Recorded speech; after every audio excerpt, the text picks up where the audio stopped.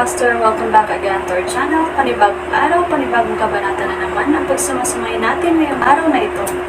At kung bago ka sa ating channel, pag-click ang subscribe button and hit the notification bell para updated kayo sa ating mga susunod na videos. So mga Master, bago natin simulan ang ating kabanata ngayong araw na ito, huwag po sana natin skip yung ads mga Master, no, dahil malaking bagay na po yan sa ating munting channel. So simulan na natin kabanata ngayong araw na ito. Let's go! Kabanata 411 hanggang 430. Kabanata 411.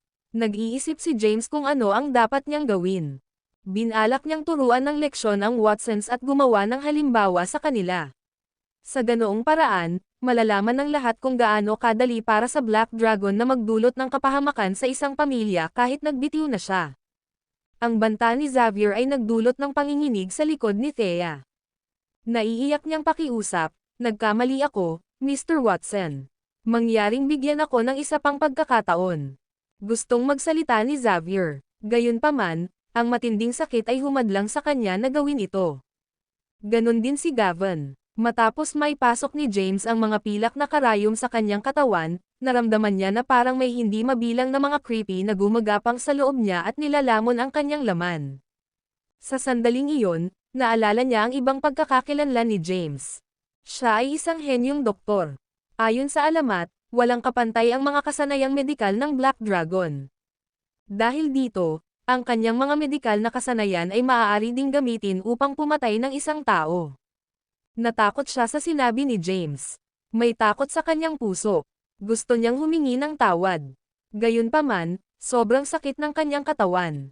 Pakiramdam ko ay nilalamon ng mga kulisap ang bawat kalamnan at buto niya. Gusto niyang himatayan kaagad doon. Gayunpaman, siya ay ganap na mulat. Mr. Caden, I beg you. Let me go. Pagsusumamo ni Gavin sa mahinang boses. Kahit malambot, narinig siya ng karamihan. Hindi sila makapaniwala sa kanilang mga tainga. Si G. Gavin Watson ay humihingi ng tawad. Lumapit si James sa kanya at yumuko. Pagkatapos, binuhat niya ito at malamig na sinabi, "Interesado pa rin ba sa paghihiganti sa mga kalahan?" Hindi, wala na, please let me go, pakiusap ni Gavin, nagngangalit ang mga ngipin. Nakaramdam siya ng hindi komportable sa buong katawan. Naglalabasan ang mga ugat sa kanyang mukha, at ang kanyang ekspresyon ay nabaluktot. Inabot ni James at diniinan ang ilang batik sa katawan niya. Unti-unting nawala ang sakit. Nang mga sandaling iyon, siya ay paralisado sa sahig, pawisan ang buong katawan. Naglakad si James papunta kay Thea at sinabing, "Tara na. Hindi ita-target ng Watsons ang kalahans na." Nag-alinlangan si Thea. Lumingon si James at tumingin kay Gavin sa sahig at nagtanong, "Hindi ba totoo, Gavin?" "Oo, syempre." Tumayo si Gavin at pasuray-suray na lumapit kay Thea. Humingi siya ng tawad, "Sorry talaga Ms. Thea. Ang lahat ng ito ay isang hindi pagkakaunawaan lamang. Wala kaming gagawin sa mga kalahan, pangako ko sayo. Baka umalis ka na." Nakahinga ng maluwag si Thea. Napayuko siya ng malalim kay Gavin. Pagkatapos, lumingon siya sa audience at yumuko. Sorry talaga." Pagkasabi nun ay tumalikod na siya para umalis kasama si James. Natigilan ang karamihan. Yun lang. Nandoon sila para manood ng saya. Hindi nila ginawa. Asahan mong matatapos din ito kaagad. Pagkaalis ng babaeng bida, natapos na ang engagement ceremony. Tumalikod na ang lahat para umalis. Dinala si Xavier sa ospital. Sa isang ward ng isang ospital. Tuldok-tuldok. Sa sobrang galit, nagmura si Xavier, "Arg. Damn mo, James. I swear papatayin kita." Wearing a surly expression, malamig na sinabi ni Gavin na nasa tabi niya, kahit hindi na siya isa sa 5 commanders-in-chief, ang yabang pa rin niya gaya ng dati. "Maghintay ka lang James. Ang 5 Provinces Business Alliance ay sisire sa mga kalahan. At magpaalam ka sa transgenerational group mo." Sa sandaling iyon, may kumatok sa pinto. Pumasok si Maximus sa ward na may dalang mga regalo. Nakasuot ng matingkad na ngiti, sinabi niya, "Mr. Watson, nandito ako para bisitahin ka." Sumigaw si Xavier, "Maximus, sundan mo ang mga kalahan. Gusto kong makitang nakatali si Thea at dinala sa harapan ko." Gusto kong malaman nila kung ano ang mangyayari kapag nasaktan mo ang Watsons. Naiintindihan. Ipaubaya mo sa akin ang lahat. Ang video na ito ay edited by Urban Storytelling. Kabanata 412. Sa Callahan Residence. Nagtipon ang lahat. Lahat sila ay nagsusuot ng masungit na ekspresyon. Suot pa rin ni Thea ang wedding dress na nagkakahalaga ng $38 million. Nakaupo siya sa sofa. Pagtingin sa mga Callahan na may mabangis na ekspresyon, nagsalita siya, "Dad, Mom, stop blaming James. Ginawa niya iyon para sa kapakanan ko. At saka, mag-asawa kami. Kasalanan ko ang lahat ng ito." Tumayo si Gladys at sinampal siya sa mukha. "Kasing tanga mo ba si James?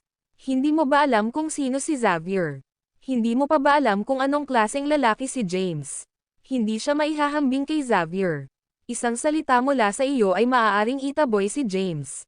Pero, anong ginawa mo?" Napasimangot si Gladys kay Thea. Iyon ang naging pinakamalapit sa kanya sa pagkakaroon ng isang kahangahangang manugang. Nasira ang mga plano niya dahil kay James. Namula ang pisngi ni Thea sa sampal. Tinakpan niya ang kanyang mukha at humagulgol, "Ano ang kinalaman nito sa akin? Ito ay kasalanan ni David sa lahat ng panahon. Kung hindi dahil ninakaw niya ang pera ko, hindi sana ito mangyayari sa simula pa lang." Nag-uusap ngayon. Galit na galit, itinaas ni Gladys ang kanyang kamay. Tumayo si Thea at sumigaw, "Tama. Kasalanan niya lahat. Bakit kailangan kong linisin ang kalat niya?" Hindi nasiyahan, tumayo si David at sinabing, "Huwag mong sisihin ito sa akin, Thea. Kung hindi para sa akin, walang paraan na nakipag-cozy ka sa Watsons. Ngayon, mahusay. Nasayang lahat ng effort ko dahil kay James." Hinihit-hit ni James ang kanyang sigarilyo sa gilid. Hindi niya nais na masangkot sa mga gawain ng pamilya ng mga Callahan. Kumatok, kumatok, kumatok. Nagmula sa pinto ang mga katok. Pumunta si Benjamin para sagutin ang pinto.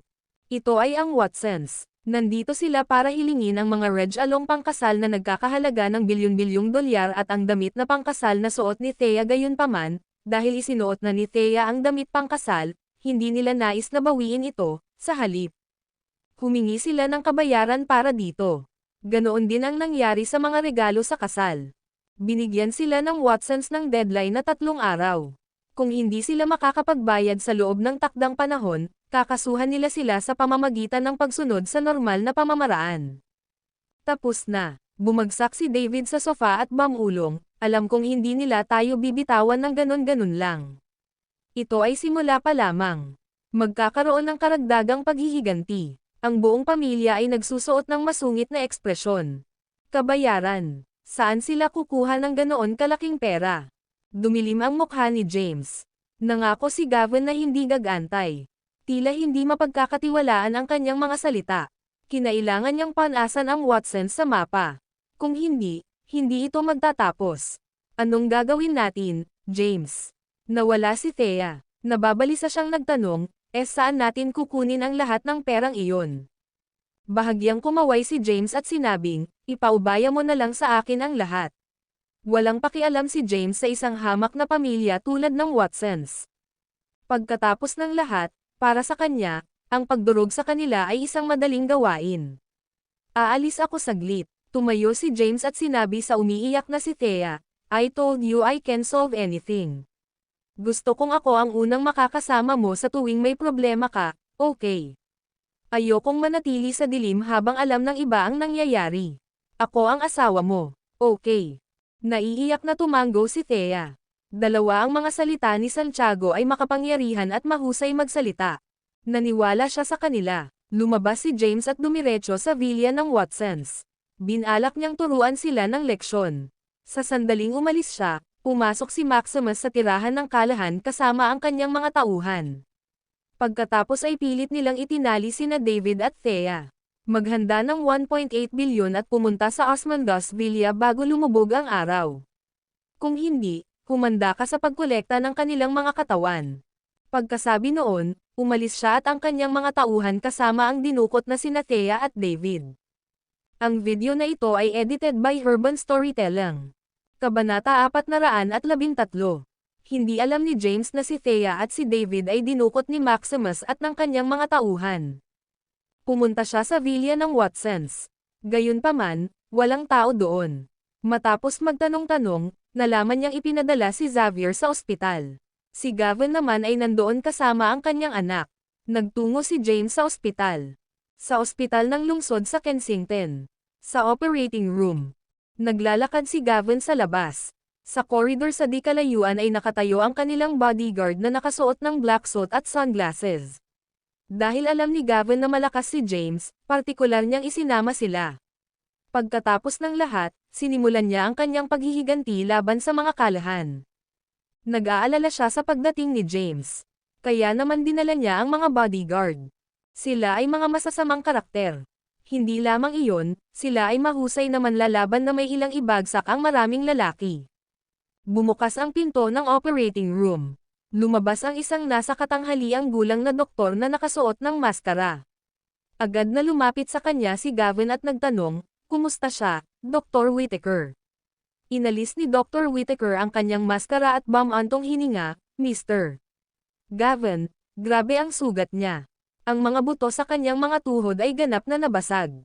Matagal bago siya makarecover. Aabutin ng hindi bababa sa 3 hanggang 5 taon para makalakad siya muli." "Ano?" Namutla ang mukha ni Gavin. "3 hanggang 5 taon. Tumanggaw si Whittaker. Nagdilim ang mukha ni Gavin. Naikuyong niya ang kamao at isinandal ito sa dingding. "Sumpa ka, James. Hinding-hindi kita mapapatawad. Pagbabayaran mo ang paghihirap ng anak ko." Galit na galit si Gavin. Noong Black Dragon pa si James, pinili niya ang 5 Provinces Business Alliance gamit ang kanyang pinanggako. Ang paggawa nito ay nagbigay daan sa kanya na sakupin ang transgenerational New City sa mababang presyo sa merkado, at nagdulot ito ng malaking pagkalugi sa Watsons. Gayunpaman, siya ang Black Dragon, isa sa 5 commanders-in-chief. Ang 5 Provinces Business Alliance ay maaari lamang manatiling tahimik. Gayunpaman, iyon ay sa nakaraan. Ang 5 Provinces Business Alliance ay nagsimulang bumuo ng mga plano para durugan ang transgenerational group at bawiin ito. Gayunpaman, hindi na nakapaghintay pa si Gavin. Gusto niyang bayaran ni James ang presyo ngayon. Nilabas niya ang phone niya at tinawagan si Maximus. Magalang na bati ni Maximus, "Mr. Gavin." Nakasuot ng masungit na ekspresyon, nagtanong si Gavin, "Kamusta ang plano?" Sagot ni Maximus, "Smoothly dinala ko sina Thea at David sa Osmondas Villa. Napakagaling." With a murderous look, ibinaba ni Gavin ang tawag. Siya ay isang mapanganib na tao. Gayunpaman, pagkatapos manatiling mababang profile sa loob ng maraming taon, nakalimutan ng lahat ang tungkol sa kanyang kalupitan. Maya-maya ay lumabas na ng operating room si Xavier. Nakahiga siya sa isang kama sa isang espesyal na ward. Ang kanyang mga paa ay natatakpan ng plaster at mga benda. "Tay, hindi ko maramdaman ang mga paa ko. Ako ba ay baldado?" Wika ni Xavier, nanginginig ang boses. Siya ay 27 taong gulang lamang at nasa kasaganaan ng kanyang kabataan. Hindi niya nais na gugulin ang natitirang bahagi ng kanyang buhay sa isang wheelchair. Inaalo siya ni Gavin. "Xavier, huwag kang mag-alala. Maunlad na teknolohiyang medikal sa kasalukuyan. Maaari pa nga nilang ikabit ang mga prosthetic na binti sa kaso ng amputation. Ang iyong pinsala ay walang halaga kumpara doon. Ikaw ay gagaling pagkatapos gumaling ng ilang sandali. Kung hindi gumana, ipapadala na lang kita sa ibang bansa. Dad, gusto kong makitang patayin si James. Gusto kong masaksihan ang pagkawasak ng mga kalahan." Sigaw ni Xavier sa galit. "Xavier, kalma lang. Siguradong mamamatay si James. Ang 5 Provinces Business Alliance ay kasalukuyang bumubuo ng isang plano upang labanan ang transgenerational group. Hindi namin kayang i-target si James ngayon, ang pagharap sa kalahans ay isang madaling gawa." Dinukot sina Thea at David. "Dad, dalhin mo ako Thea, ang B*30 na yan." "Sige, dadalhin kita sa Osmondas Villa." Galit na galit, malamig na sinabi ni Xavier, "Babayaran ko ang B*30 na iyon." Inutusan ni Gavin ang kanyang mga tauhan na dalhin si Xavier, nakaka-opera lang, sa Osmondas Villa sa suburbs. Sabay tawag niya, Gamitin ang mga koneksyon ng Watsons at ibigay sa mga kalahan ang lahat ng mayroon kami. Gusto kong malugi sila bago lumubog ang araw. Gusto kong mabigatan sila ng malalaking utang. Gusto kong lumuhad sila sa harap ng anak ko at humingi ng tawad. Pumunta si James sa villa ng Watsons at walang nakitang tao. Pagkatapos magtanong-tanong, sinabi sa kanya na nasa ospital sina Xavier at Gavin. Kahit na agad siyang pumunta doon, huli na siya. Ang video na ito ay edited by Urban Storytelling. Kabanata 414. Muli, walang nakitang tao si James. Agad niyang tinawagan si Jake. Maya-maya, tumunog ang tawag. Hoy, hindi ba ito ang Black Dragon? Kamusta? Narinig ni James ang sarcastic na tono niya. Utos ni James, kailangan kong malaman ang kinaroroonan ng Watsons. Sumakay ka na ngayon. James, hindi na ikaw ang Black Dragon. Wala kang karapatang utusan ako. Mangyaring itigil ang pakikipag-ugnayan sa akin simula ngayon. Hindi binigyan ni Jake ng kahit anong mukha si James. Siya ay kasangkot sa pagbili at pagbebenta ng katalinuhan. Habang si James pa ang Black Dragon, si Jake ay natatakot sa kanya. Kung tutuusin, ang mga taong sangkot sa makulimlim na negosyo ay takot sa mga opisyal ng gobyerno. Gayunpaman, ngayon ay nagbitiw na si James, hindi na siya natakot ni Jake. Bukod sa, dahil sa kanyang likas na trabaho, marami siyang impormasyon sa tagaloob. Alam niyang maraming gustong mamatay si James. Kasalukuyang nasa delikadong posisyon si James. Mabuti, Jake Graham. Binaba ni James ang telepono.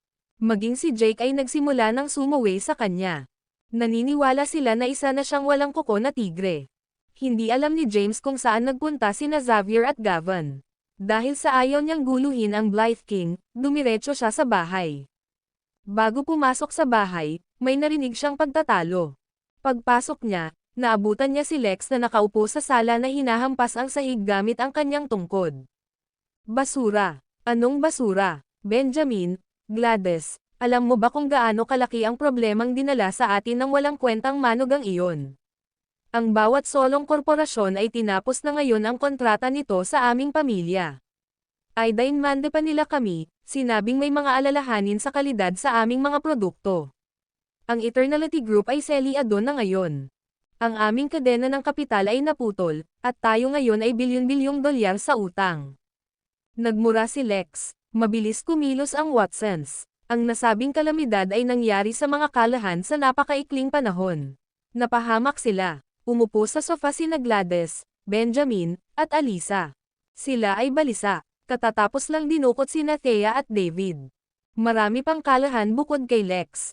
Nandoon lahat sina Howard, John, at mga pamilya ng mga kabataan. Sinisiraan nilang lahat si Benjamin at ang kanyang pamilya. Pinayuhan nila si James. Pumasok si James at narinig sila. Ano? Nagdilim ang mukha niya. Ano ang malaking bagay? Napalingon ang lahat sa kanya. Hinampes ni Lex ang kanyang tungkod sa sahig at sumigaw sa galit, basura ka. Lagi mo kaming ginugulo. Papatayin kita. Itinaas ni James ang kanyang kamay at hinarang ang kanyang tungkod. Humakbang si Howard na nakataas ang ulo at sumigaw, sa tingin mo napakagaling mo. Panoorin mo ito. Itinaas niya ang kanyang paa para sipain si James. Ginalaw-galaw ni James ang kanyang katawan. Naiwan si Howard at bumagsak sa lupa. Inihagis ang tungkod ni Lex sa sahig, naglakad si James papunta sa sofa at umupo. Kaagad, napagtanto niyang nawawala si Thea. Nagmamadali niyang tanong, Gladys, nasaan si Thea? Namumula ang mga mata ni Gladys. Natuyo na ang mga luha niya. Napaluha siya at sinaway si James. Kasalanan mo ang lahat, kung hindi dahil sa inyo, hindi na namin kailangang dumaan sa ganoong pagsubok. Sina Thea at David ay dinukot ng Maximasiman. Sinabi niya sa amin na mag-ipon ng pera at pumunta sa Osmondos Villa bago lumubog ang araw. Kung hindi, kailangan nating kunin ang kanilang mga katawan. Dumilim ang mukha ni James. Moldite ka, Maximus. Binasag niya ang mesa. Isa itong glass table. Agad na nabasag ang mesa. Nagkalat ang mga pira-pirasong salamin sa sahig. Tumayo siya at tumingin sa mga kalahan. Makinig ka sa akin at manatili ka rito. Huwag kang pumunta sa ibang lugar bago ako bumalik. Kung hindi, huwag mo akong sisihin kung may mangyari. Pagkasabi niya nun tumalikod na siya para umalis. Samantala, ang mga kalahan ay nakatitig sa basag na salamin na mesa, hindi na makabalik sa kanilang katinuan. Ang video na ito ay edited by Herban Storytelling. Kabanata 415. Sa basement ng Osmandas Villa, nakatali sina Thea at David sa isang upuan. Nakatingin kay Thea sa kanyang damit pangkasal, ang kanyang curvaceous figure at flawless features, napalunok si Maximus. Matagal na niyang pinagmamasdan si Thea. Gusto niyang samantalahin ang pagkakataong ito para makasama siya sa kama. Bago iyon, nakaharang si Xavier. Upang maging hari ng underworld sa Kensington, kailangan niyang pigilan ang kanyang mga pagnanasa. Gayunpaman, ngayong nagkaroon sila ni Xavier ng hindi pagkakaunawaan, muling nanambalik ang mga kaisipan sa kanyang isipan. Maximus, napakabuting babae niya. Ang makinis at makinis niyang balat ay kayang mangakit ng sino mang lalaki. Maswerte ka, maaari ba namin siyang subukan pagkatapos mong gawin? Tinitigan ng mga tauhan niya si Thea na may tumutulo na laway sa kanilang mga bibig. Sinampal ni Maximus ang mukha ng isa niyang tauhan at sinimangutan, ito ang babae ni Xavier. Hihintayin natin siyang dumating. Ngayong pinahiya siya ni Thea, tiyak na pahihirapan niya ito hanggang mamatay. Pagdating ng panahon, baka tanggapin ko ang alok mo. Oo naman, tama ka, tumango ang mga tauhan niya. Bagamat hindi nila siya mahawakan, maaari silang tumitig. Nakatitig sa kanya ng masinsinan, gumawa sila ng malalaswang pananalita. Hindi pa nararanasan ni Thea ang ganito. Mapatla ang kanyang mukha, at nanginginig ang kanyang katawan. Samantala, hinimatay si David. Maya-maya, dumating na sina Xavier at Gavin. Dinala si Xavier sa basement. Mr. Gavin, Mr. Xavier, magalang na bati ni Maximus. Pagbati, Ginoong Gavin. Pagbati, Ginoong Xavier. Sabay-sabay na sabi ng mga tauhan ni Maximus. Nakatingin kay Thea habang nakahiga sa stretcher, tumawa si Xavier. Thea, binigay ko sa iyo ang puso ko. I put in so much effort para pakasalan ka. Pero, ikaw naman, pinahiya mo ako alang-alang sa isang basura. Pinahiya mo ang Watsons. Mr. Xavier, please bitawan mo ako. Namutla ang mukha ni Thea. Patuloy siyang nagsusumamo. Sumigaw si Xavier, mga lalaki, kalagan ninyo siya. Agad namang inutusan ni Maximus ang kanyang mga tauhan na pakawalan siya. Hindi nakatali si Thea. Tinuro ni Xavier ang sahig at sumigaw, dalhin mo ang asterisk S mo dito at lumuhad ka. Lumuhad at yumoko si Thea, humihingi ng tawad. Nakikiusap ako sa iyo. Pakiusap bitawan mo ako. I-drag mo siya dito. Oo, humakbang si Maximus at hinawakan ang buhok ni Thea. Pagkatapos ay kinaladkad siya nito kay Xavier at itinulak sa sahig. Nakahiga si Xavier sa stretcher at hindi makagalaw. Slap her, utos niya. Dahil sa babaeng ito kaya siya nakaranas ng matinding sakit. Hinawakan ni Maximus si Thea sa buhok at sinampal sa mukha. Namula agad ang mukha niya. Paralisado ng sampal, nakarinig siya ng hagong na tunog na umalangaw-ngaw sa kanyang husay. Hindi na niya maibalik ang kanyang pakiramdam. Ang kaguluhan sa basement ang gumising kay David. Sa pagmulat ng kanyang mga mata, nakita niya si Thea na hinahawakan ang buhok nito at walang awang sinampal. Nanginig siya at agad na nagmakaawa, Maximus. Mr. Xavier, ang bayaw ko, maawa ka sa akin. Nang marinig ni Xavier na tinatawag siya ni David bilang bayaw, naramdaman ni Xavier na parang may tumagos sa kanyang puso. David, baka ako ang naging bayaw mo. Maaari mong i-enjoy ang aking kayamanan, ngunit ang iyong kapatid na babae ay some-ire sa lahat, bugbugin mo siya. Papahirapan kita sa sakit na naranasan ko. Baliin ang kanyang mga paa. Bakas sa galit ang mukha ni Xavier. Naiintindihan. May ilang lalaking lumakad papunta kay David. Ang isa sa kanila ay kumuha ng metal na tubo at inihampas ito sa tuhod ni David. Arg! Napasigaw siya sa sobrang sakit. Namumungay ang mga mata ni David, at may baluktot na ekspresyon ng mukha. Basag. Isa pang strike ang dumating. Nabasag ang kabilang tuhod ni David. Nagsimulang tumulo ang dugo sa sahig. Hindi na niya nakayanan ang sakit, agad siyang nahimatay. Nang makita ito, natakot si Thea. Napasubsob siya sa sahig, nanginginig ang katawan. Kung alam niya kung ano ang darating, Hindi niya ipapahiya si Xavier at ang Watsons dahil lang nakonsensya siya sa pagmamaltrato kay James. Kung alam niya ang darating, hindi siya aalis kasama si James.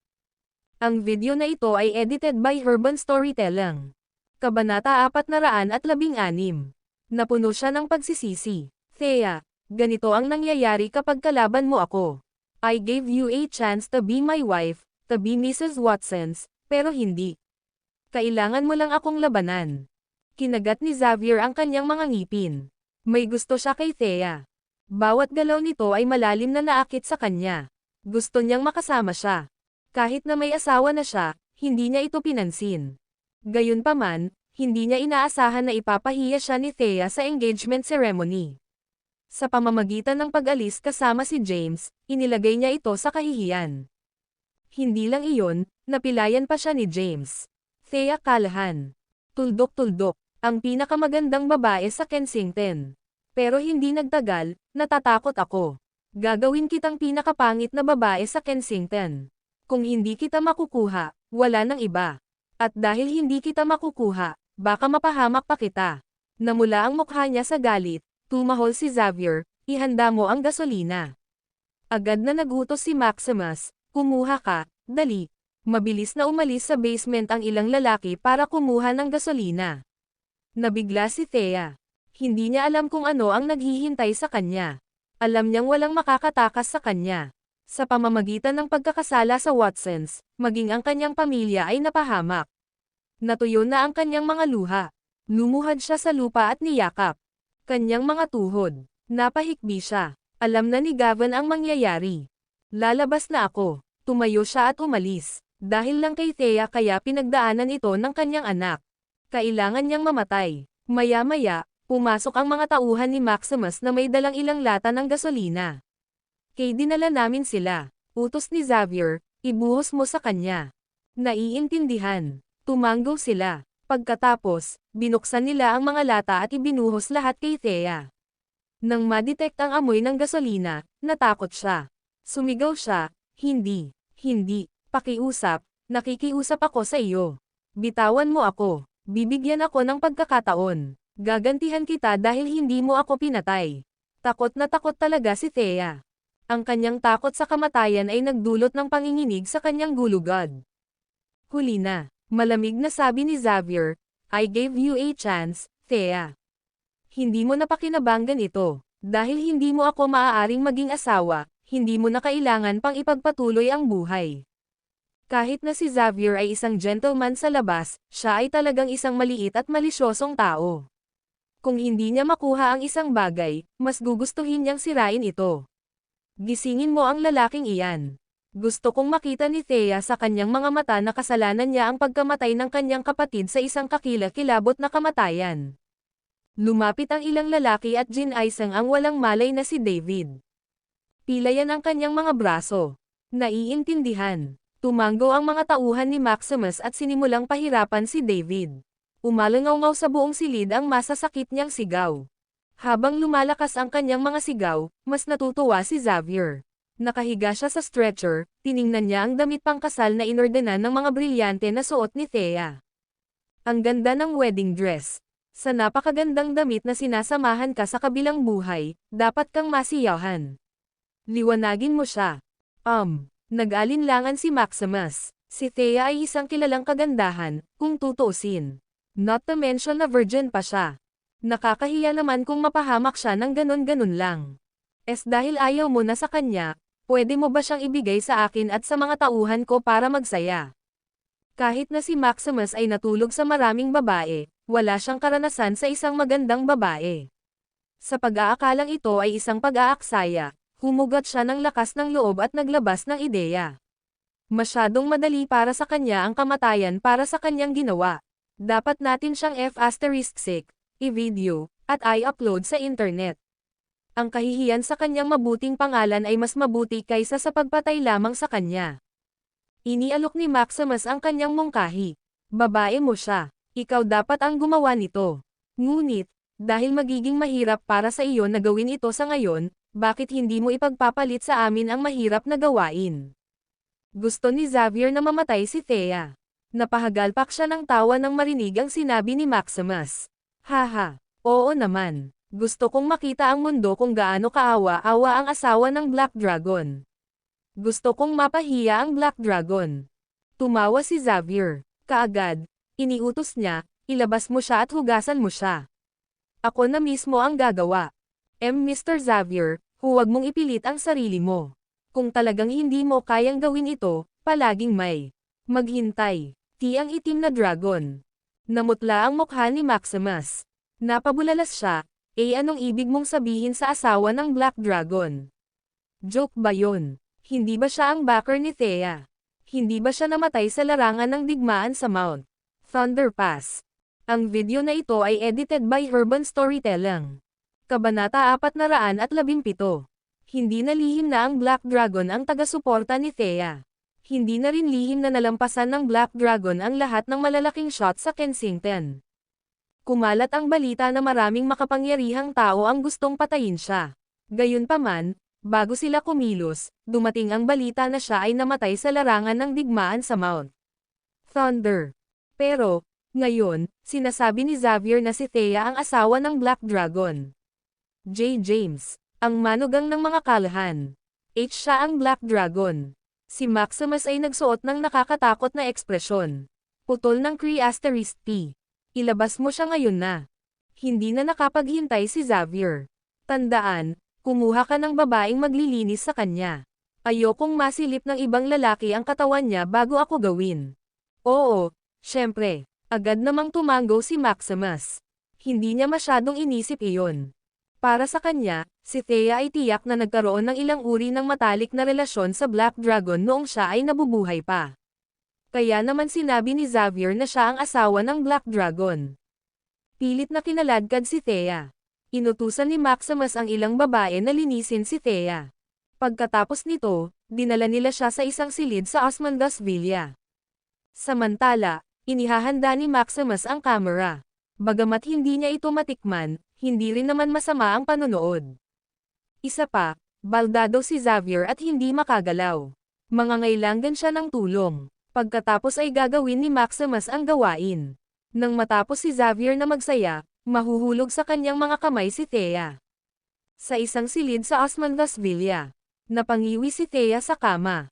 Tinapan niya ng kumot ang katawan niya na tanging ulo lang ang nakalabas.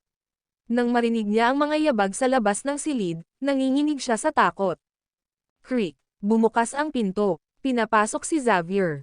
Si Maximus at ang kanyang mga tauhan ay malapit sa likuran. Inihanda ni Maximus ang kamera. Pagkadala sa kwarto, nag-utos si Xavier, mag-ingat ka sa pagpe-film. Huwag mong ipakita ang mukha ko. Ayokong maging katatawanan ng mundo. Huwag kang mag-alala, hindi ko gagawin. Dati na ako sa negosyong ito. Magiging flawless ang shooting angle. Inutusan ni Xavier ang kanyang mga katulong na tanggalin ang kanyang mga damit. Hindi nagtagal, hubot-hubad na siya. Pinahiga siya sa kama. Thea, kung ayaw mong maging komplikado pa, pagsilbihan mo akong mabuti. Boom! Isang malakas na tunog ang maririnig sa labas. Pagkatapos, sinipa ang pinto. May suot na galit, pumasok ang isang lalaking nakaitim na kapote. Si James ang nagmamadaling lumapit. Napalingon ang lahat sa pinto. Nang makitang si James iyon, tumawa sila. Sarcastic na sabi ni Maximus, I wonder who it is. Ito pala ang manugang ng mga kalahan, bakit ka nandito? Nandito ka ba para masaksihan ang asawa mo na niloloko ng ibang lalaki? Madilim ang mukha ni James. Nakakuyom ang kanyang mga kamao, dir-diretso siyang naglakad patungo sa kanila. Utos ni Maximus, kunin mo siya. May ilang lalaki na naglabas ng machete at nilaslas si James. Umiwas si James sa mga pag-atake. Inabot niya at hinawakan ang palso ng isa sa mga lalaki. Arg! Napasigaw ang lalaki sa sakit.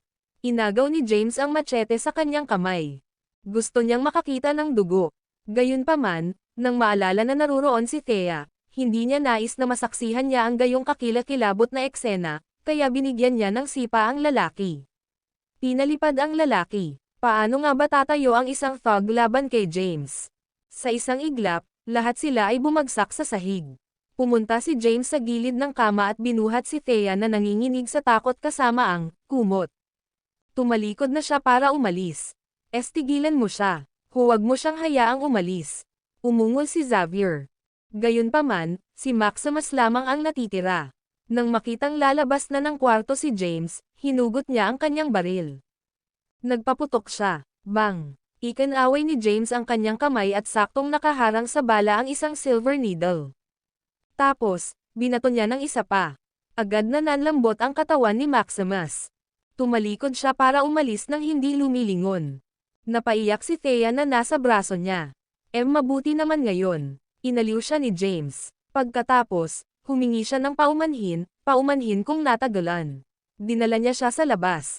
May naghihintay na sasakyan sa labas ng Osmandas Villa.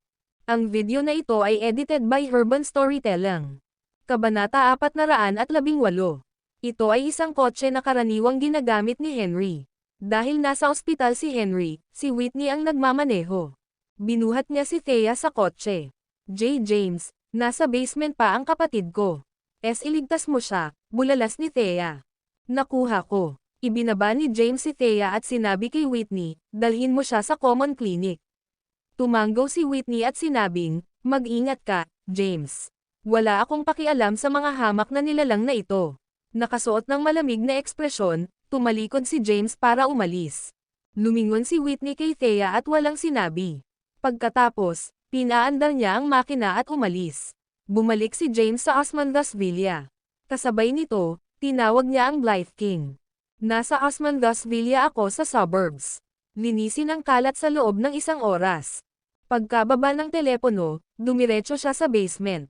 Marami sa mga tauhan ni Maximus ang nagbabantay sa lugar. Naglakad si James papunta sa kanila. Sa isang iglap, natapos ang laban. Lahat sila ay namatay sa isang malagim na kamatayan.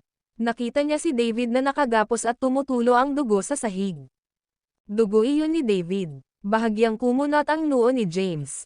Lumapit siya kay David at kinuha ang kanyang pulso. Pagkatapos, tiningnan niya ang kalagayan ng kanyang katawan. Seryoso ito. Nanghina ang mga tuhod ni David. Nabali ang kanyang mga paa. Siya ay dumanas ng matinding pagpapahirap. Ngayon, nabitin na siya sa kanyang huling hininga.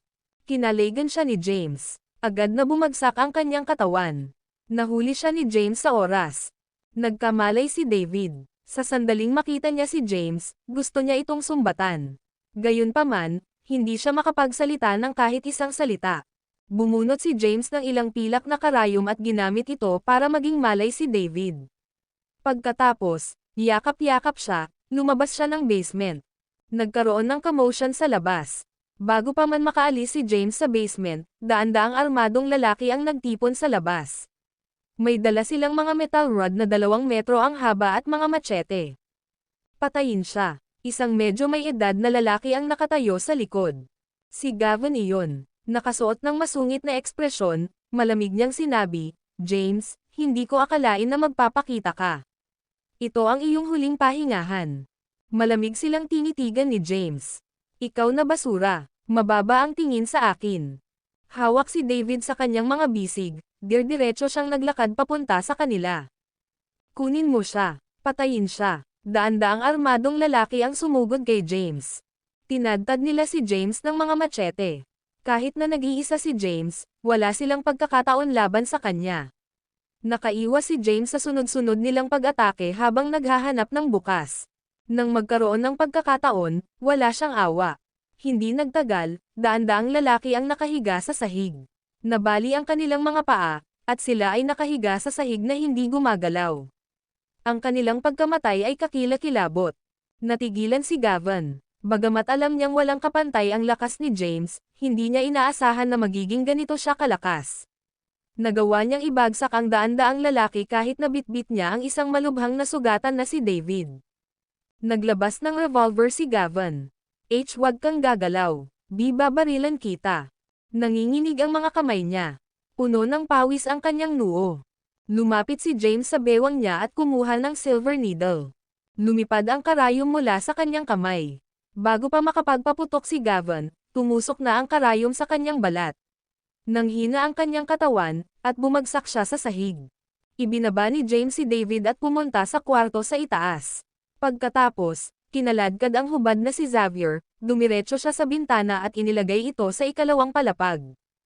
Arg! Isang sigaw ng paghihirap ang nagmula sa ibaba. Dahil nasa ikalawang palapag pa lamang ito, hindi nahulog si Xavier sa kanyang kamatayan. Gayunpaman, ang lahat ng kanyang mga buto ay nabasag. Humiga si Maximus sa lupa. Sa pagtingin kay James na dahan-daang papalapit sa kanya, namutla ang mukha nito, at nagsimulang mag-chat ang mga ngipin. Mr. Caden, maawa ka sa akin, binuhat siya ni James at inihagis sa bintana na parang manikang basahan. Pagkatapos, siya mismo ang tumalon sa labas ng bintana. Pamatong siya sa kanyang mga paa. Pagkatapos, binuhat niya si Xavier at itinabi, nakaupo sa hagdanan, nagsindi siya ng sigarilyo. Sa tingin mo ba kaya mo akong ipaglaban dahil sa nagbitiw lang ako? Tumingin si James sa duguan na si Xavier at malamig na sinabi, I warned you not to approach my wife. Bakit ka naghuhukay ng sarili mong libingan? Nilalaman A. Ang video na ito ay edited by Urban Storytelling. Kabanata 419. Sa hapon, si Xavier ay nabalian ng mga buto sa tuhod at nabali ang mga paa, at siya ay sumailalim sa operasyon para sa mga pinsalang iyon. Bago siya makapagpahinga at makabawi, itinapon na siya ni James sa ikalawang palapag. Nabasag ang mga buto sa buong katawan niya. Siya ay nasa matinding sakit. Nakahiga siya sa pool ng dugo, hindi gumagalaw. Sa sandaling iyon, nakaramdam siya ng takot sa kamatayan. Nangangatol ang kanyang mga ngipin, nagmamakaawa siya sa mahinang boses, huwag mo akong patayin, pakiusap ko. Bigyan mo ako ng pagkakataon, mayaman ako. Pwede kitang bigyan ng pera. Talagang takot siya sa kamatayan. Hindi pa niya naranasan ang ganoong takot. Ang takot sa kamatayan ay nanag sa kanya. Iligtas mo ako. Dalhin mo ako sa ospital. Alam ni Xavier na mamamatay siya kung mananatili siya rito. Umupo si James sa hagdanan at malamig na tinitigan si Gavin. Pagkatapos ay sinabi niya, ang tanga ni Xavier. Pero, bakit ka nakisali sa mga kalokohan niyang pagteatro? Nauubos ka na ba sa edad mo? Though nag-resign na ako sa post ko, ako pa rin ang dating commander-in-chief. Kahit na decommissioned ako, bakit iniisip mong matapakan mo ako? Ibinuka ni Gavin ang kanyang bibig. Gayunpaman, ang matinding sakit na kanyang naramdaman ay humadlang sa kanyang magsalita. Isa pang lalaki ang nakahiga sa gilid. Si David iyon. Kahit na siya ay dumanas ng matinding sakit, nailigtas siya ng mga pilak na karayom ni James, na nagpo-protekta sa kanyang mga ugat at ugat. Kung hindi, patay na siya ngayon. Sa sandaling iyon, natauhan siya. Narinig niya ang sinabi ni James. Pinalamig niya ang Black Dragon. Si James ang Black Dragon. Paano ito nangyari? Paanong ang walang kwentang manugang ng mga kalahan ay ang Black Dragon? Ang Black Dragon ay ang chairman ng Majestic Corporation. Namatay siya sa larangan ng digmaan sa Mount Thunderpass sa Southern Plains. Alam ng lahat yan. Ang general mula sa Southern Plains ay nagpahayag ng kanyang kamatayan. Hindi nagkakamali. Hindi makapaniwala si David na si James ang Black Dragon. Hindi siya makapaniwala na ang walang kwentang basurang ito na palaging inuutusan sa paligid ay ang Black Dragon. Sa sandaling iyon, hindi niya masyadong maisip ang tungkol dito. Umiikot ang ulo niya dahil sa sakit. Sa sandaling nagsimula siyang mag-isip, sumakit ang ulo niya. Mamamatay ang sino mang lumagpas sa aking hangganan. At si Thea Callahan ang hangganan. Tumayo si James. Tinungo niya si Xavier, na nakahiga sa puno ng dugo at tinapakan ang kanyang pandiya. Arg! Nanlalaki ang mata ni Xavier. Naiba ang ekspresyon ng mukha niya, at nagpakawala siya ng hiyaw ng paghihirap. Kasunod nito ay nahimate siya. Ikaw. Namutla ang mukha ni Gavin. Si Xavier lang ang anak niya. Hindi pa siya nakakapag-asawa. Wala pang apo si Gavin. Ngayon, napahamak siya. At ikaw. Nagtungo si James kay Gavin at malamig na sinabi, ano ang sinabi mo sa akin noong hapon? Sinabi mo sa akin na hindi ka gagantay sa mga kalahan. Kaya't iniligtas ko ang iyong buhay. Ngunit, tingnan mo kung ano ang iyong ginawa. Seryoso ka ba sa tingin mo kaya mo akong lampasan kung gusto mo? Itinaas ni James ang kanyang paa at tinapakan ang dibdib ni Gavin. Tinutukan niya ang kanyang puso. Arg! Napasigaw si Gavin sa sakit. Tapos, nanlambot ang katawan niya. Patay na siya. Lumapit si James kay Maximus. Si Maximus ay itinapon mula sa ikalawang palapag ni James. Nabali ang paa niya at napahiga sa lupa nang hindi gumagalaw. Nang makitang papalapit sa kanya si James, nanginginig siya sa takot. Napuno siya ng pagsisisi. Kung alam lang niya na si James ang Black Dragon, hindi niya sana si Thea ang pinuntirya niya o bina-blackmail si David. B. Black Dragon. Si Commander-in-Chief. Maawa ka. Nagkamali ako. Mangyaring iligtas ang aking buhay. Handa akong gawin ang lahat. Pagmamakaawa ni Maximus. Maximus, hindi pa kita natatawid. Bakit kailangan mong puntiryahin ang mga kalahan? Tumayo si James sa harapan niya at malamig na tinitigan siya. Itinaas niya ang kanyang paa at tinapakan. Si Maximus, ang taong maaaring maging hari ng underworld sa North Kensington, ay patay na ngayon. Parehong patay na sina Gavin at Maximus. Ang video na ito ay edited by Urban Storytelling. Kabanata 420. Daan-daang mga lalaki ang nakahandusay sa villa. Isa lang ang nakaligtas, si Xavier iyon. Bagamat nabubuhay pa siya, baldado siya. Nabali ang kanyang mga paa, at nawasak ang kanyang reproductive organ. Kahit na siya ay nakaligtas, kailangan niyang gugulin ang natitirang bahagi ng kanyang buhay sa isang wheelchair. Hindi nagtagal, dumating ang Blythe King. Matapos matanggap ang tawag ni James, nabalisa siya at agad na ipinakalat ang mga helicopter. Hindi nagtagal, dumating ang ilang helicopter at lumapag sa villa. Ang Blythe King, na nakasuot ng military attire na may 5 star na badge sa kanyang balikat, ay lumitaw. Nang makita sina Gavin, Maximus, at Xavier na nakahiga sa isang pool ng dugo, ang Blythe King ay nagmadaling lumapit kay James. Kumunat ang noo niya. Anong nangyari? Walang malaki. Itinuro ni James si Maximus na nakahiga sa sahig at sinabing, kasali ang lalaking iyon sa malilim na negosyo. Siyasatin siya at bunutin ang kanyang buong puwersa mula sa underworld. Para naman kay Gavin, sabihin lang na inaresto o pinatay siya ng militar habang nakikipagsabuatan sa isang taga-underworld. Pagkasabi niya nun ay napatingin siya kay Xavier na nasa huling hininga niya. Ipadala mo ang lalaking iyon sa ospital. Kung mabubuhay man siya o hindi, depende sa kanyang kapalaran. Hindi pinatay ni James si Xavier. Ang Watsons ay bahagi ng 5 Provinces Business Alliance. Iniwasan ni James si Xavier na magpadala ng mensahe sa 5 Provinces Business Alliance para bigyan sila ng babala laban sa gulo. Kung hindi, patuloy lang ang gulo. Nagkibit-balikat ang Blythe King. Akala niya malalaman ni James ang limitasyon niya.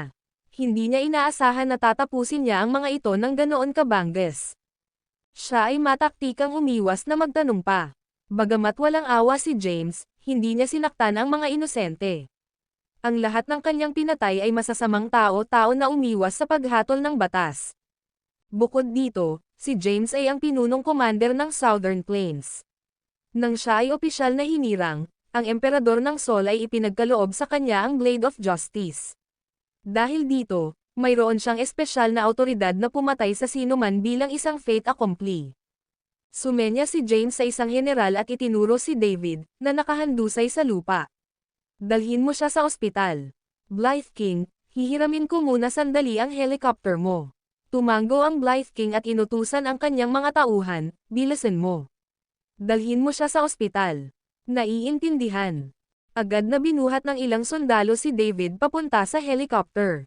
Inabot ng Blythe King si James ng sigarilyo. Nakaupo ang dalawa sa hagdan ng Osmanthus Villa. James, kailangan kong linisin ulit ang kalat mo. Bilang kapalit, maaari mo bang sabihin sa akin kung ano ang sinabi sa iyo ng emperador nang bumalik ka sa kabisera? Bakit ka nag-resign bigla? Pinag-isipan ito ng Blythe King. Gayunpaman, hindi niya ito maisip. Hinihit-hit ni James ang kanyang sigarilyo. Nakatingin sa madilim na kalangitan sa gabi, bamulong siya, masyadong magulo ang sitwasyon sa Sol. Ang pamahalaan ay nahahati sa ilang paksayon. Ang ilan sa kanila ay ambisyoso at gutom sa kapangyarihan. Hindi naman sila nag-amok dahil natakot sila sa lakas ng 5 commander-in-chief. Ito ay simula pa lamang. Nataranta ang Blythe King. Hindi niya maintindihan ang ibig sabihin ni James. Tumayo si James at tinapik ang likod niya. May darating na para sayo. Mas mahusay kang pumili ng isang panig ng matalino. Huwag pumili ng mali. Pagkasabi nun ay tumalikod na si James para umalis. Nakaupo sa hagdan ang Blythe King. Hinihit-hit ang kanyang sigarilyo, iniangat niya ang kanyang ulo upang tingnan ang madilim na kalangitan. Siya ay isang simpleng tao. Hindi niya alam ang dynamics ng court. Gayunpaman, si James ay sapat na malinaw. Nakikita ng Blythe King ang isang bagyo na nanggagaling sa abot tanaw. Buntong hininga, may paparating na bagyo. Bumantong hininga ang Blythe King. Kasabay nito, ipinadala si David sa ospital. Habang ginagamot ni James ang kanyang mga sugat bago ito, mabilis siyang na-resuscitate. Samantala, pumunta si James sa common clinic. Sa clinic, nagpalit si Thea ng mga bagong damit na pag-aari ni Whitney.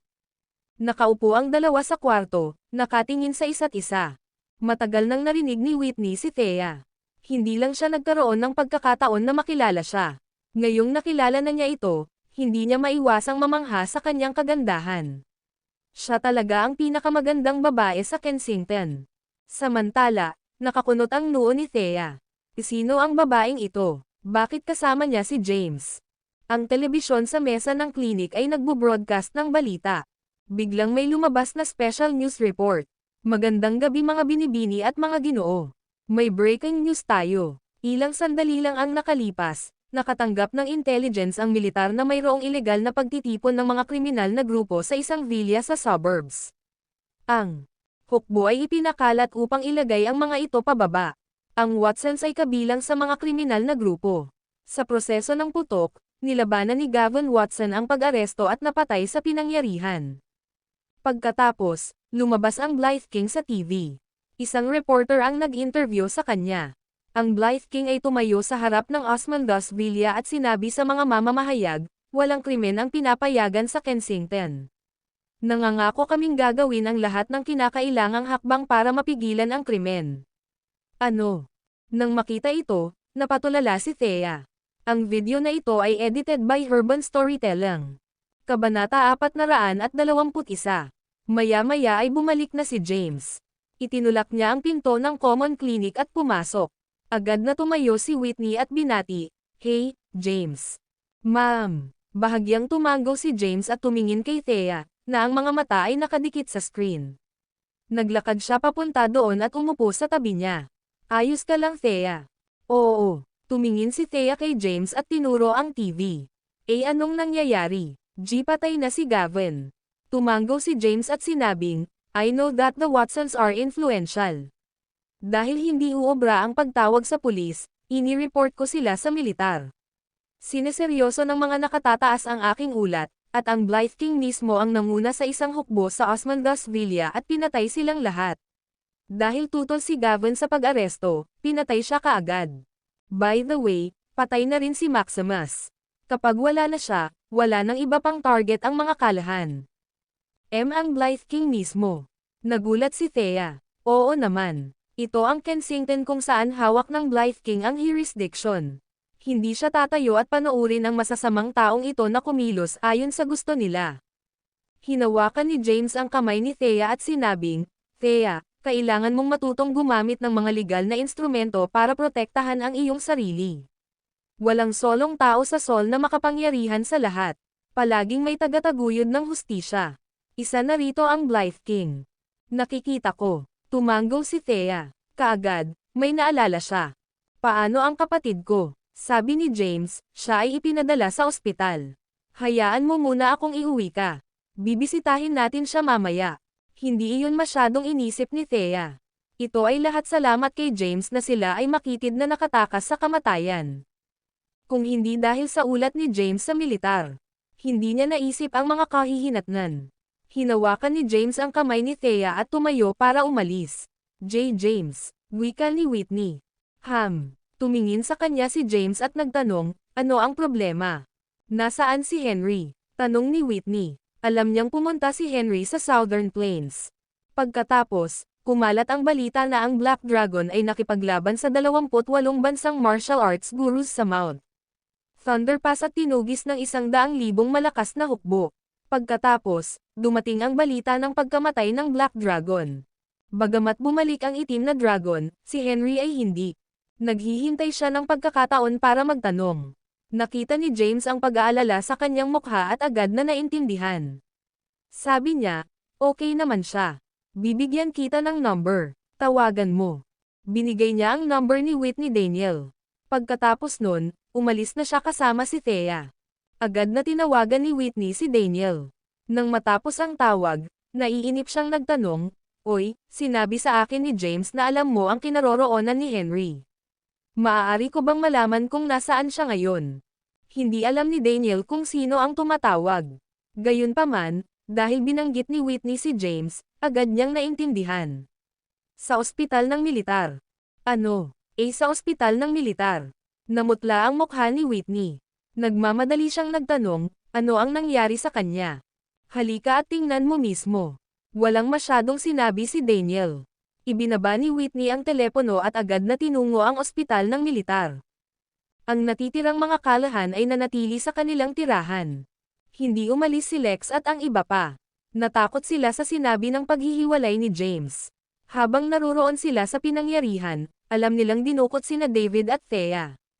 Agad nilang nalaman na ang mga Watson ang nasa likod nito. Ito ang paraan nila para makabawi sa kanila. Sa sandaling iyon, ang TV ay nagbo-broadcast ng balita.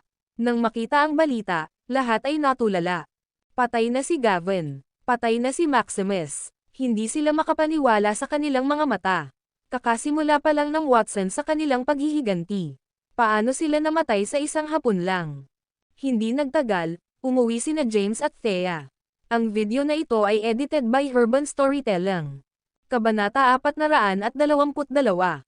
Nang makitang ligtas si Thea, sumugod si Gladys sa kanya, umiiyak sa tuwa. "Thea, ayos ka lang. Salamat sa kabutihan. Nanunood lang ako ng balita." Sinabi nila Maximus at ang iba pa ay may ilegal na pagtitipon sa Osmanthus Villa. "Akala ko ikaw." "Mom, ayos lang ako." Iniulat ni James ang insidente sa militar.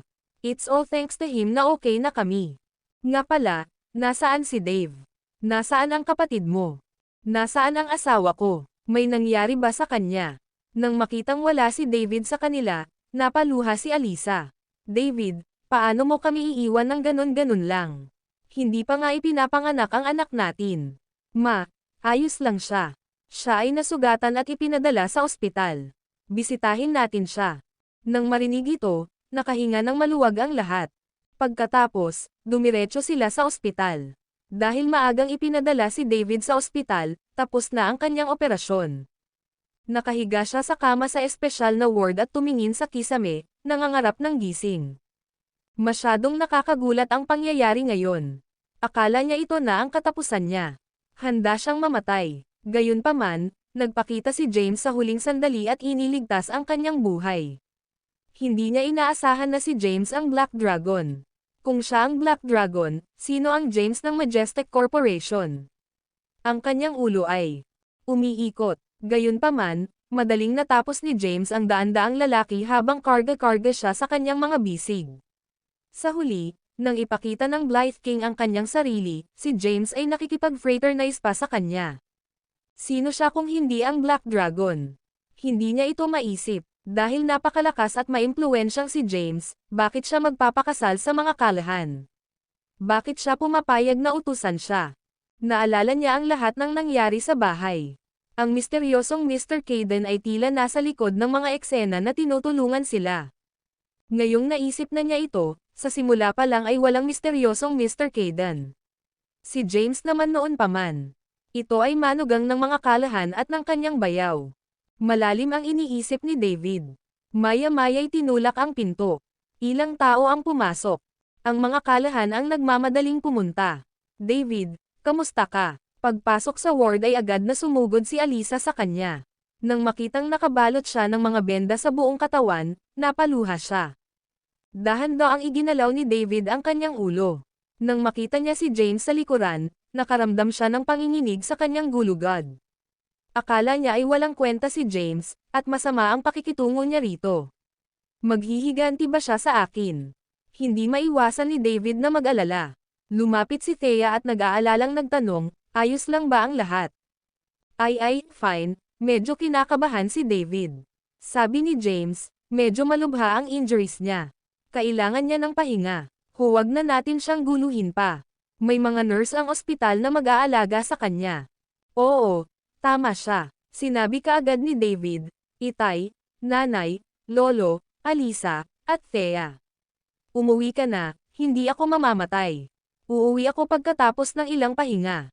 Nang makita na siya ay may malay, ang mga Callahan ay natahimik. Umuwi na sila, sa Callahan residence, sa kwarto ni Thea. Umupo si Thea sa kama at humihingi ng tawad sa mahinang boses, I'm sorry, honey. Pinaghirapan kita. Bahagyang kumaway si James. Hindi naman tungkol sa gulo. Alam mo ba kung bakit ako nagagalit sa'yo? Umiling si Thea. Galit ako dahil wala kang sinabi sa akin kahit na asawa mo ako. Bakit kailangan mong humingi ng tulong sa iba? Kailangan ba talaga iyon? Napakamot ng ulo si Thea at nanatiling tahimik. Gusto niyang magtapat kay James. Gayunpaman, dahil alam niyang walang kapangyarihan at pera si James, pinili niyang huwag. Hindi ko gagawin ang parehong pagkakamali sa hinaharap, sabi niya sa mahinang boses. Kung may mangyari, ikaw ang unang makakaalam. Mas katulad niyan, sabi ni James. Kami ay mag-asawa. Kahit na asawa mo ako, wala kang binigkas na salita sa akin. Sa halip, tumakbo ka sa isang estranghero. Parang bata si Thea na ni-lecture. Panay ang tango niya sa ulo. Tinapik-tapik siya ni James sa likod at inaliw siya. Sige, ngayon na. Nasa nakaraan na ang lahat. Gabi na. Dapat na tayong matulog pagkatapos mag-shower. Honey, biglang nag-angat ng ulo si Thea. Tumingin si James sa kanya. Bago pa man makapagsalita si Thea ay naramdaman niya ang pamumula ng kanyang pisngi. Sabay tayong mag-shower. Ang video na ito ay edited by Urban Storytelling. Kabanata 423. Malinaw ang isipan ni Thea pagkatapos ng lahat ng naranasan niya. Mahal niya si James. May puwang si James sa puso niya. Naalala niya kung paano ginagamot ni James ang mga sugat niya. Naalala niya ang maselang pag-aalaga at atensyon ni James sa kanya. Iminungkahi niya na sabay silang maligo. Gusto niyang si James ang mauna sa kanya. Napatulala si James kay Thea. Then, he grinned mischievously and asked, ganun ba?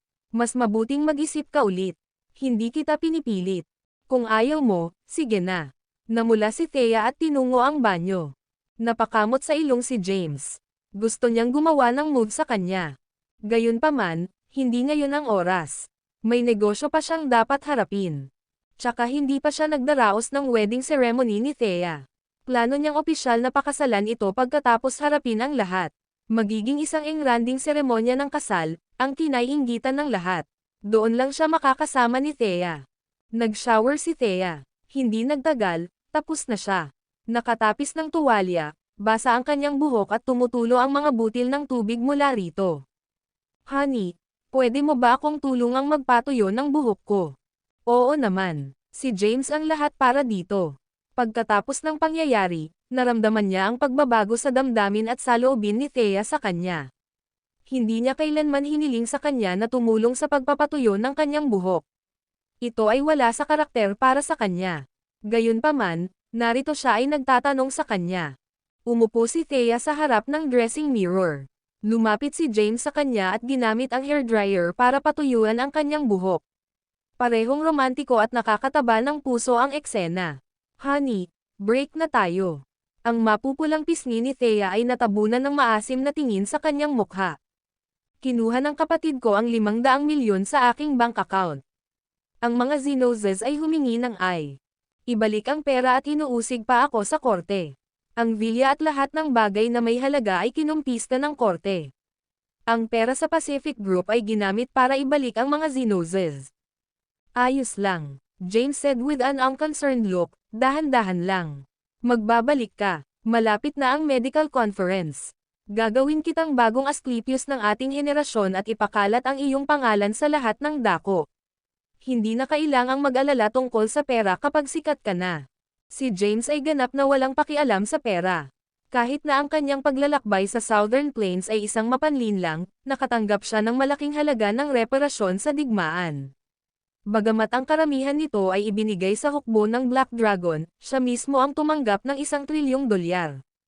Ito ay sapat na upang magawa ang 1 toneladang bagay.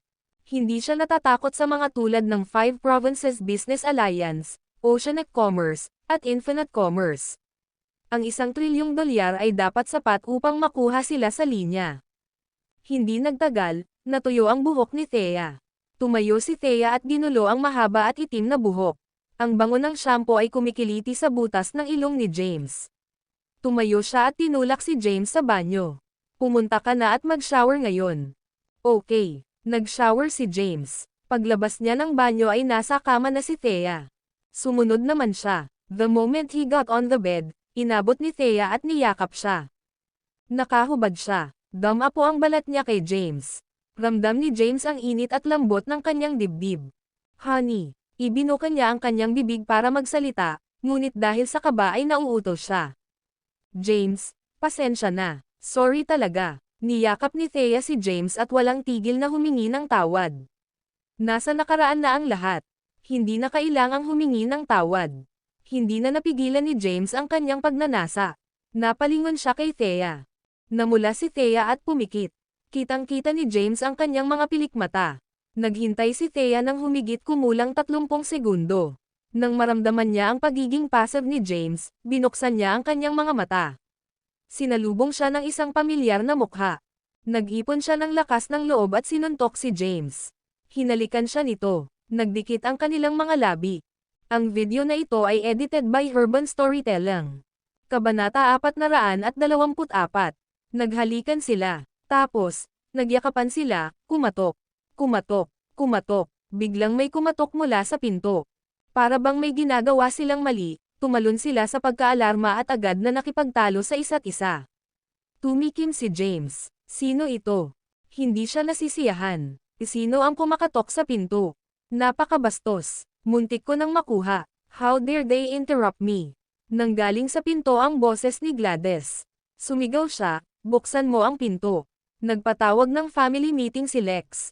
Hinihiling niyang sumali ang lahat. Sa kalagitnaan ng gabi, hindi nasisiyahan si James. Maybe next time. Ano pa ang masasabi ni James? Sa susunod na lang. Isinuot niya ang kanyang damit. Pagkatapos nilang magbihis ay lumabas na sila ng kwarto. Ano ba ang nagtagal sa inyong dalawa? Inis na inis si Gladys. Bigla siyang may napansin. Napatitig siya kay Thea at nakita niyang namumula ang pisngi nito. Naiintindihan niya sa isang sulyap kung ano ang nangyari sa silid. Mabilis niyang hinayla si Thea sa tabi at mamulong, Thea, di ginawa mo ba ang basurang iyon? Ha? Nagpanik si Thea. Pakiramdam niya ay may nagawa siyang mali at nalantad. Nahihiya, ipinilig niya ang kanyang ulo. Hindi niya alam kung ano ang sasabihin. Ikaw, galit na sinaway siya ni Gladys. Anong sinabi ko sa'yo? Bakit ayaw mong makinig? Anong dili-dalaying mo? Wala ba tayong family meeting na dadaluhan? Umalis na tayo. Dahil nasira ang plano ni James, hindi siya nasisiyahan. Nagmamadaling tinungo ni Thea ang pinto. Yung babae. Nag-cross arms si Gladys. Tumingin si Benjamin kay James at sinabing, tara na. Nagtungo sila sa villa ng mga kalahan. Habang nasa daan ay walang tigil ang pagsaway ni Gladys kay Thea. Alam niyang hindi pa sumiping si Thea kay James at virgin pa. Palihim din niyang pinaalalahanan siya na huwag matulog kay James. Sa ganoong paraan, pagkatapos hiwalayan si James, magkakaroon siya ng karapatang magpakasal sa isang makapangyarihang pamilya. Kapag nakipagtalik siya sa isang tao, siya ay magiging isang hindi kanais-nais na segunda manong produkto. She never expected her to. Patuloy niyang pinapagalitan si Thea. Nanatiling tahimik si Thea. Near-replay niya sa utak niya ang naunang eksena. Nang halikan niya si James at nang mahigpit siyang niyakap ni James sa kanyang mga braso, nakaramdam siya ng kuryenteng damaloy sa kanyang katawan. Pakiramdam niya ay lumulutang siya sa hangin. Sarap siya sa pakiramdam na iyon. Nalilibugan siya sa pakiramdam na iyon. Sa pag-iisip tungkol dito, hindi niya maiwasang mapangiti. Hindi nagtagal, nakarating sila sa villa ng mga kalahan. Marami ng mahahalagang miyembro ng pamilya at naruroon. Naroon ang mga pamilya nina Howard at John. Pumasok si Thea at ang kanyang pamilya. Napatingin ang lahat sa kanila. Agad namang dumating ang mga sarkastikong pahayag. Maghapong magdilidlaying. Laging huling dumating, nakikita ko. Ang nagbitaw ng mga pahayag na iyon ay si Audrey Catalina, ang asawa ni Howard. Sa lahat ng ito, nagawang iangat ni Audrey ang kanyang ulo kasama ang pamilya ng kanyang ina dahil ang kanyang asawa ang chairman. Gayunpaman, dahil kay Thea, ang mga kalahan ay nahaharap ngayon sa pagkabangkarote. Galit na galit siya kay Thea. Ma'am, itigil mo na to. Hinayla ni Weston si Audrey. Umupo si Lex sa sofa at humitit ng kanyang tabako. Nang makitang naruroon ang lahat, nagsalita siya, ang aming pamilya ay nasa malalim na krisis. Pinatawag ko kayong lahat dito ngayon hindi para sisihin ang sinuman kundi para mag-isip ng paraan para maresolba ang krisis. Malinaw at malutong ang boses ni Lex. Nakatutok ang tingin ng lahat kay Thea. Malamig na sabi ni Tommy, all thanks to Thea, I suppose. Nangyari lang ito dahil tumawid siya sa Watsons at pinahiya sila. Kaya naman naghihiganti sila sa atin. Tama na. Dahil kay Thea, lahat ng medikal na korporasyon ay tumigil sa pakikipagtulungan sa amin. Lahat ng kontrata natin ay nakansela. Lolo, baliw si Thea. Ang mga kalahan ay hindi kailanman magtatamasa ng kapayapaan sa kanya dito. Sipain natin siya sa pamilya. Kahit paalisin natin siya, kailangan pa niyang bayaran ang kanyang mga dapat bayaran. Nagsalita ang mga kalahan. Hindi naintindihan ni Thea ang sitwasyon ng mga kalahan. Ang alam lang niya ay mapapahamak na ang Pacific Group. Wala na siyang natitirang kapital para magsimula ng mga bagong operasyon. Ang video na ito ay edited by Urban Storytelling. Kabanata 425. Tinanong niya, Lolo, kumusta ang Eternality sa ngayon? Nagtaas ng kilay si Lex at sumulyap sa kanya. Ano? Maglakas loob kang magtanong. Pinahiya mo ang Watsons, at ngayon ay tina-target nila kami. Tinapos na ng Celestial Group at Longevity Pharmaceuticals ang kanilang mga kontrata sa amin. Hindi lang iyon, hinahabol na nila kami ngayon sa pagsasabing may mga alalahanin sa kalidad sa aming mga produkto. Ang kawalang hanggan ay tinatakan na. Hinihiling ng mga bangko na bayaran namin ang aming mga utang. Ang lahat ng mga negosyo sa ilalim ng mga kalahan ay huminto. Daan-daang milyong dolyar ang utang natin ngayon. Nang marinig ito, nagdilim ang mukha ni Thea. Hindi niya inaasahan na magiging ganito kalungkot ang sitwasyon. Ano ang dapat nating gawin ngayon? Napatingin si Lex sa mga tao. Wala silang pagpipilian kundi magdeklare ng bangkarota. Sa loob ng maraming dekada, sinikap ni Lex na gawing may kayang pamilya ang mga kalahan. Gayunpaman, pagkatapos na makaipon ng bilyon-bilyong dolyar na halaga ng mga ari-arian, nawala sa kanila ang lahat. Siya ay 80 taong gulang. Pagod na siya. Ayaw na niyang pakialaman. Ipinatawag niya ang lahat para mag-isip ng solusyon. Kung walang mahanap, magdedeklara siya ng bangkarota. Nanatiling tahimik ang lahat. Ang Watsons ay lahat sa paglipat. Ang Celestial Group at Longevity Pharmaceutical ay nasa panig ng Watsons. Imposibleng tumayo ang mga kalahan laban sa kanilang pinagsamang puwersa. Nang makitang natahimik ang lahat, huminga ng malalim si Lex. Tapos, tumayo siya habang nakasandal sa tungkod niya. Dahil walang may ideya, idedeklara namin ang pagkabangkarote, matanda na ako. Oras na para magpahinga ako. Malaya kayong lahat na gawin ang gusto ninyo. Hindi naman sinaway ni Lex si Thea. Alam niyang wala itong halaga. Ito ay kapalaran. Ito ay paunang itinalaga. Ito ang naging kapalaran ng mga kalahan. Matanda na ako, tumatanda na ako. Ay nalalaya ng sarili gamit ang kanyang tungkod, umakyat si Lex. Sa sandaling iyon, tila mas tumanda siya. Nang masaksihan ang eksenang ito, napakunot ang noo ni James. All this while, inisip niya si Lex bilang isang kahanga-hanga at makapangyarihang tao. Kahit na siya ay 80 taong gulang, mayroong ganitong sigla sa loob niya. Taglay niya ang espiritong ito ng pangunguna na nagmukhang bata at masigla. Gayunpaman, ang lahat ng enerhiyang iyon ay nawala sa isang iglap. Ngayon, isa na lamang siyang matanda na malapit nang magwakas ang kanyang buhay. May pag-asa pa, nagsalita si James. Malakas at malinaw ang boses niya. Napalingon ang lahat sa kanya. Tumigil si Lex sa paglalakad at lumingon. Nakita ni James sa mga mata ni Lex ang kislap ng pag-asa. Dahan-daang hinayla ni Thea si James, nagpahiwatig na huminto ito. Ang mga kalahan ay nasa matinding kahirapan. Ang kawalang hanggan ay tinatakan. Nasira ang kanilang capital chain. Malaki ang utang nila. Anong pag-asa ang sinasabi niya? Sa ilalim ng maingat na tingin ng lahat, Pagpapatuloy ni James, sa aking narinig, ang Transgenerational Group ay mayroong isang kumpanya ng pamumuhunan bilang subsidiary nito. Maaari tayong kumuha ng pamumuhunan mula sa kanila. Hanggat handa silang mamuhunan sa amin, maiiwasan ng eternality ang krisis na ito. Nang marinig ito, naputol ang pag-asa ni Lex. Malamig na tinitigan ni Howard si James at sinabing, "So what if you know about this?" Ngayong nabuklod na ang eternality at binabalikat natin ang daan-daang milyong halaga ng utang, bakit mamumuhunan sa atin ang transgenerational? Ngumisi si John, "Bata, may ideya ka ba kung anong sitwasyon ang eternality ngayon? Kailangan natin ng hindi bababa sa 500 milyon para masimulan ang lahat. Bukod dito, ang eternality ay kasalukuyang walang prospect. Bakit may mamumuhunan ng daan-daang milyon sa atin? Ang basura ay palaging magiging basura. Stop run your mouth if you don't know anything about investment." Kung hindi dahil sa basurang ito, hindi masisira ni Thea ang engagement niya. Ang mga kalahan ay hindi kailangang magdusa ng ganoong kahihinatnan. Sa sandaling magsalita si James, ang mga kalahan ay napunta sa galit na galit. Isinisisi nila ang lahat sa kanya. Kung sasabihin kong posible, posible.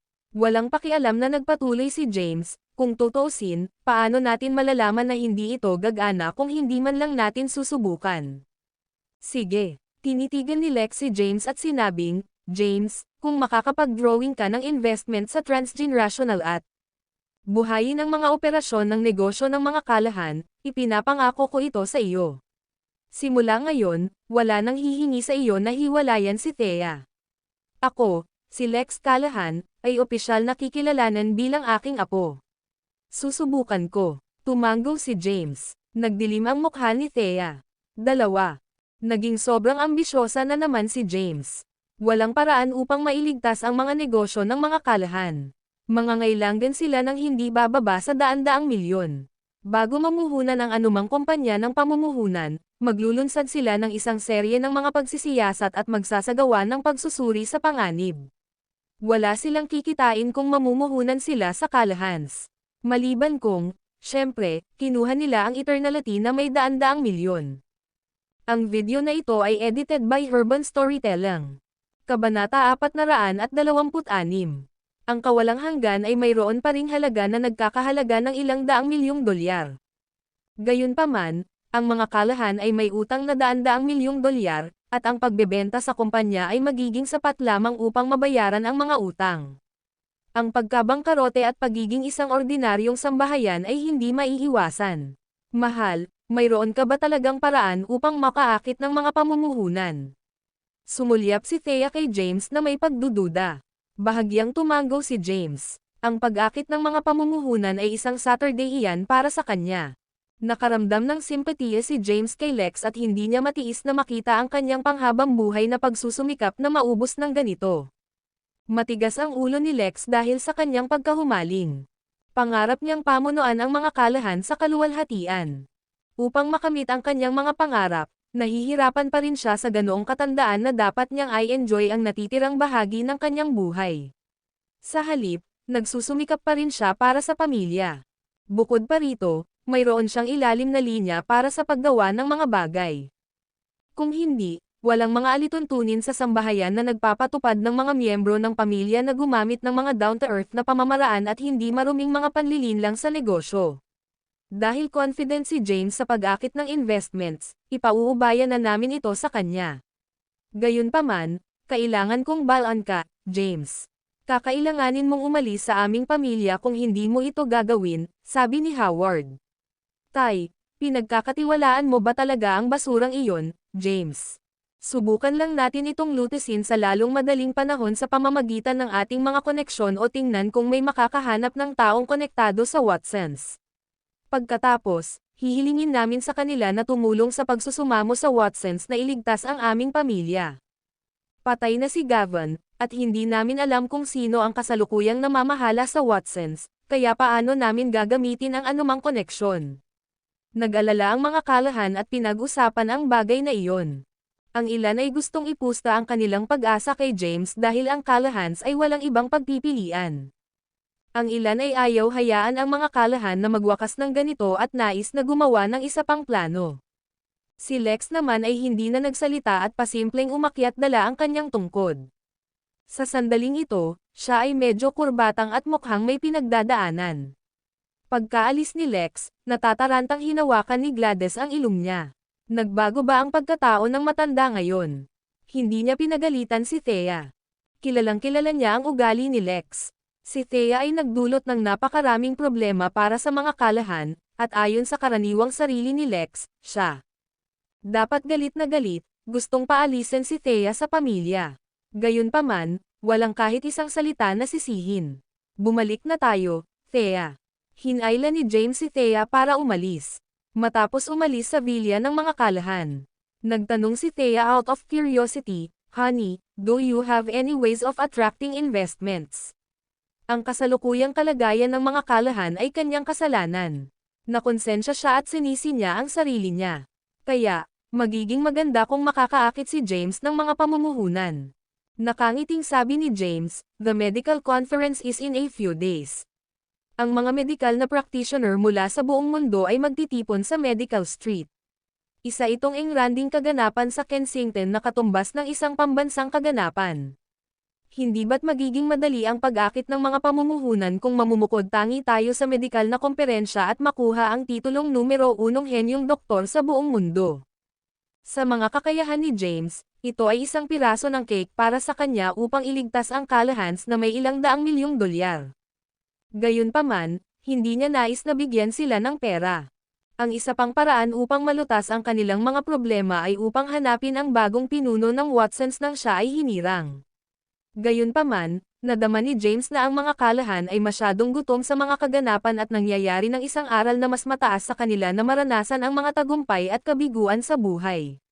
Doon lamang sila magkakaisa bilang isang pamilya sa hinaharap. Kung tutuusin, ang mga kalahan ay ang pamilya ni Thea, at umaasa rin siyang mamumuhay sila ng magkakasundo. Sige. Simpleng sagot ni Thea at hindi na nagsalita pa. Sabay-sabay na umuwi ang pamilya. 1:00 na ng umaga nang makauwi sila. Sa bahay. Tumingin si James kay Thea na nagmamakaawa. "Thea, ulitin natin." Namula si Thea at galit na sabi, "Di duwat. Oras na para matulog." "Fine," disappointed na sagot ni James. Lumipas ang gabi ng tahimik. Kinabukasan, maagang nagising si James. Pagkatapos ng almusal, nagtungo ang pamilya sa ospital para bisitahin si David. Pagkatapos ng isang gabing pahinga, bumuti ng husto ang mental state ni David. Gayunpaman, mas magtatagal bago siya tuluyang makarecover. Karagdagan pa, binanggit ng doktor na nakadepende sa kanyang paggaling kung kaya niyang bumangon at makalakad sa hinaharap.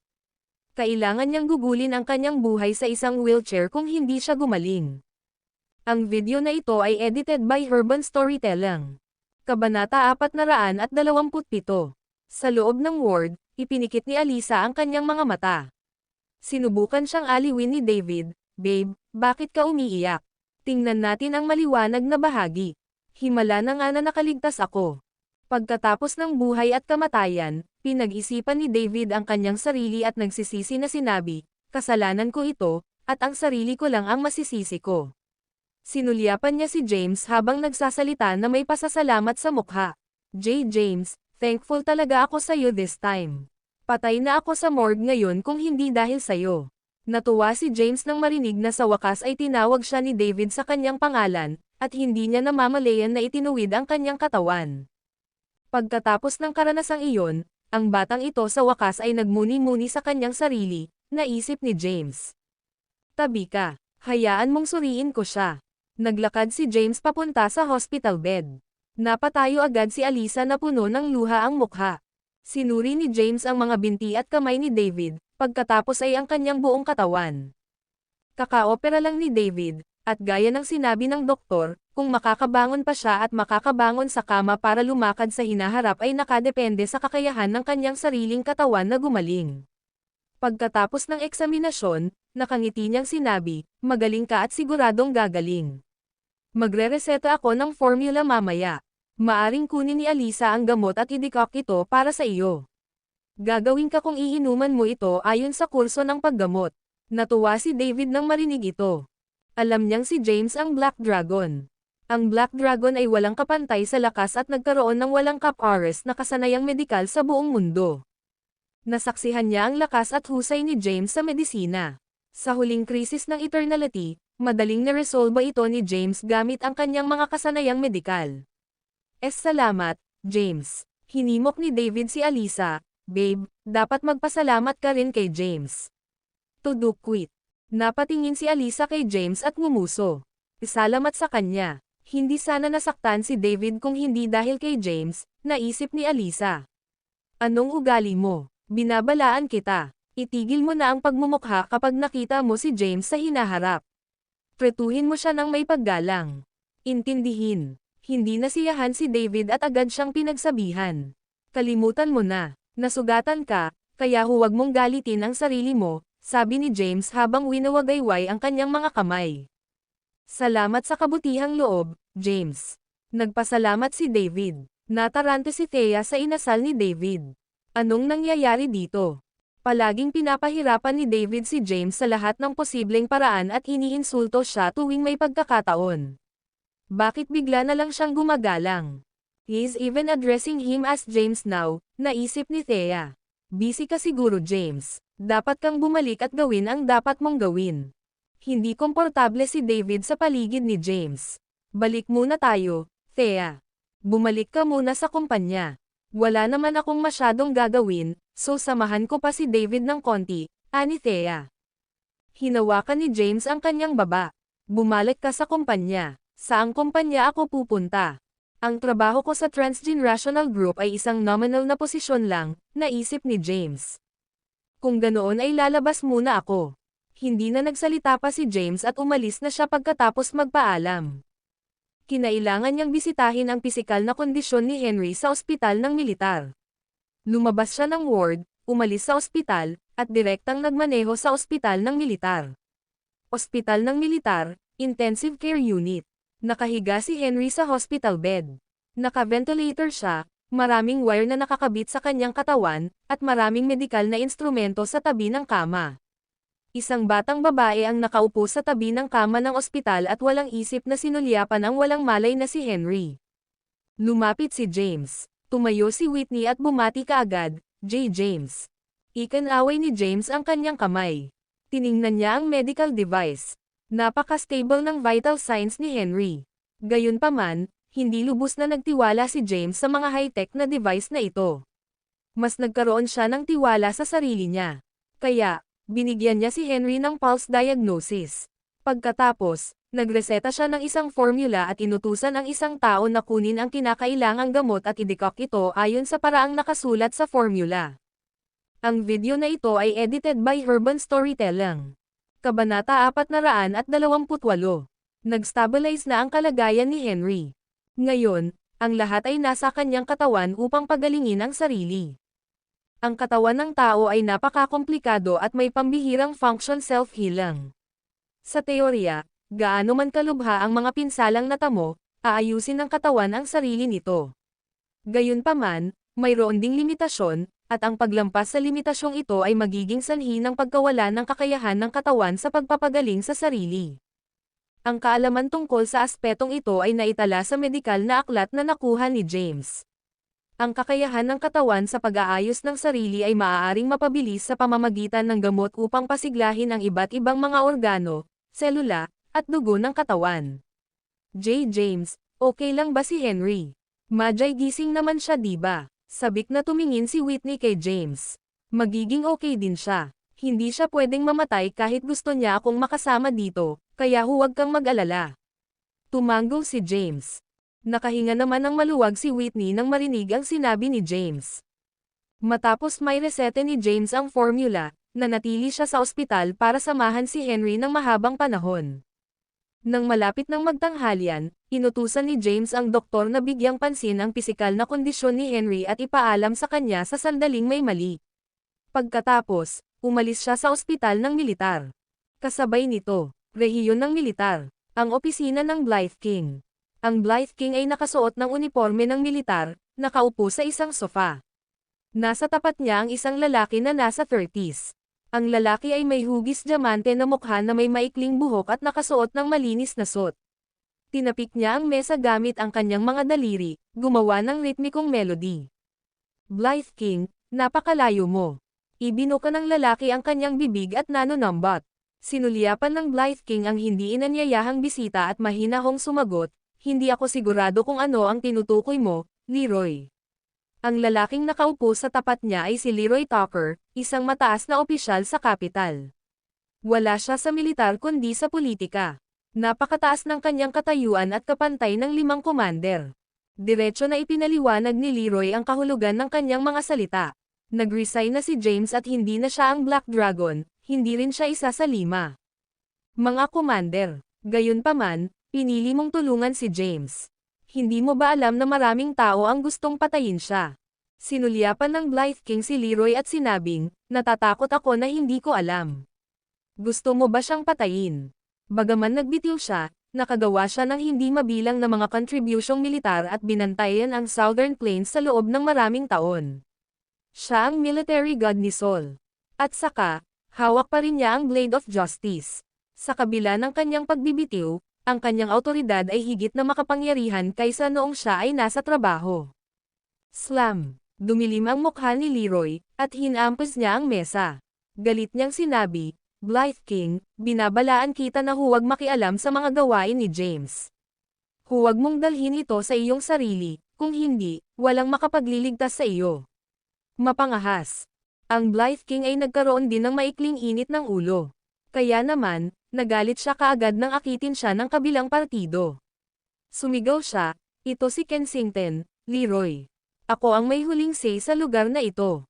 Magaling. Sinaman ng tingin ni Leroy ang Blythe King at tumalikod para umalis ng walang salita. Pagkaalis niya, umupo ang Blythe King. Matangkad pa rin sa kanyang isipan ang mga sinabi sa kanya ni James kahapon. Hindi niya inaasahan na may kakatok sa kanyang pintuan ng ganoon kaga. Si Leroy ay isang mataas na opisyal sa mga paksayon sa politika ng kapital. Siya ang punong tagapagpaganap at nag-utos ng daan-daan. Mga opisyal, masasabing mayroon siyang awtoridad sa libu-libong tao. Personal siyang binisita ni Leroy para bigyan ng babala na huwag makialam sa mga gawain ni James. Mukhang gulong-gulo na si Kensington. Seryosong ekspresyon ang suot ng Blythe King. Hindi nagtagal pagkaalis ni Leroy, may dumating na ibang tao na bumisita sa kanya. Haha, Blythe King, siguradong mahirap makita ka. Napahinto ako sa mismong pasukan. Isang tawa ang umalangaw-ngaw. Nang makita ang bisita, muling nagdilim ang ekspresyon ng Blythe King.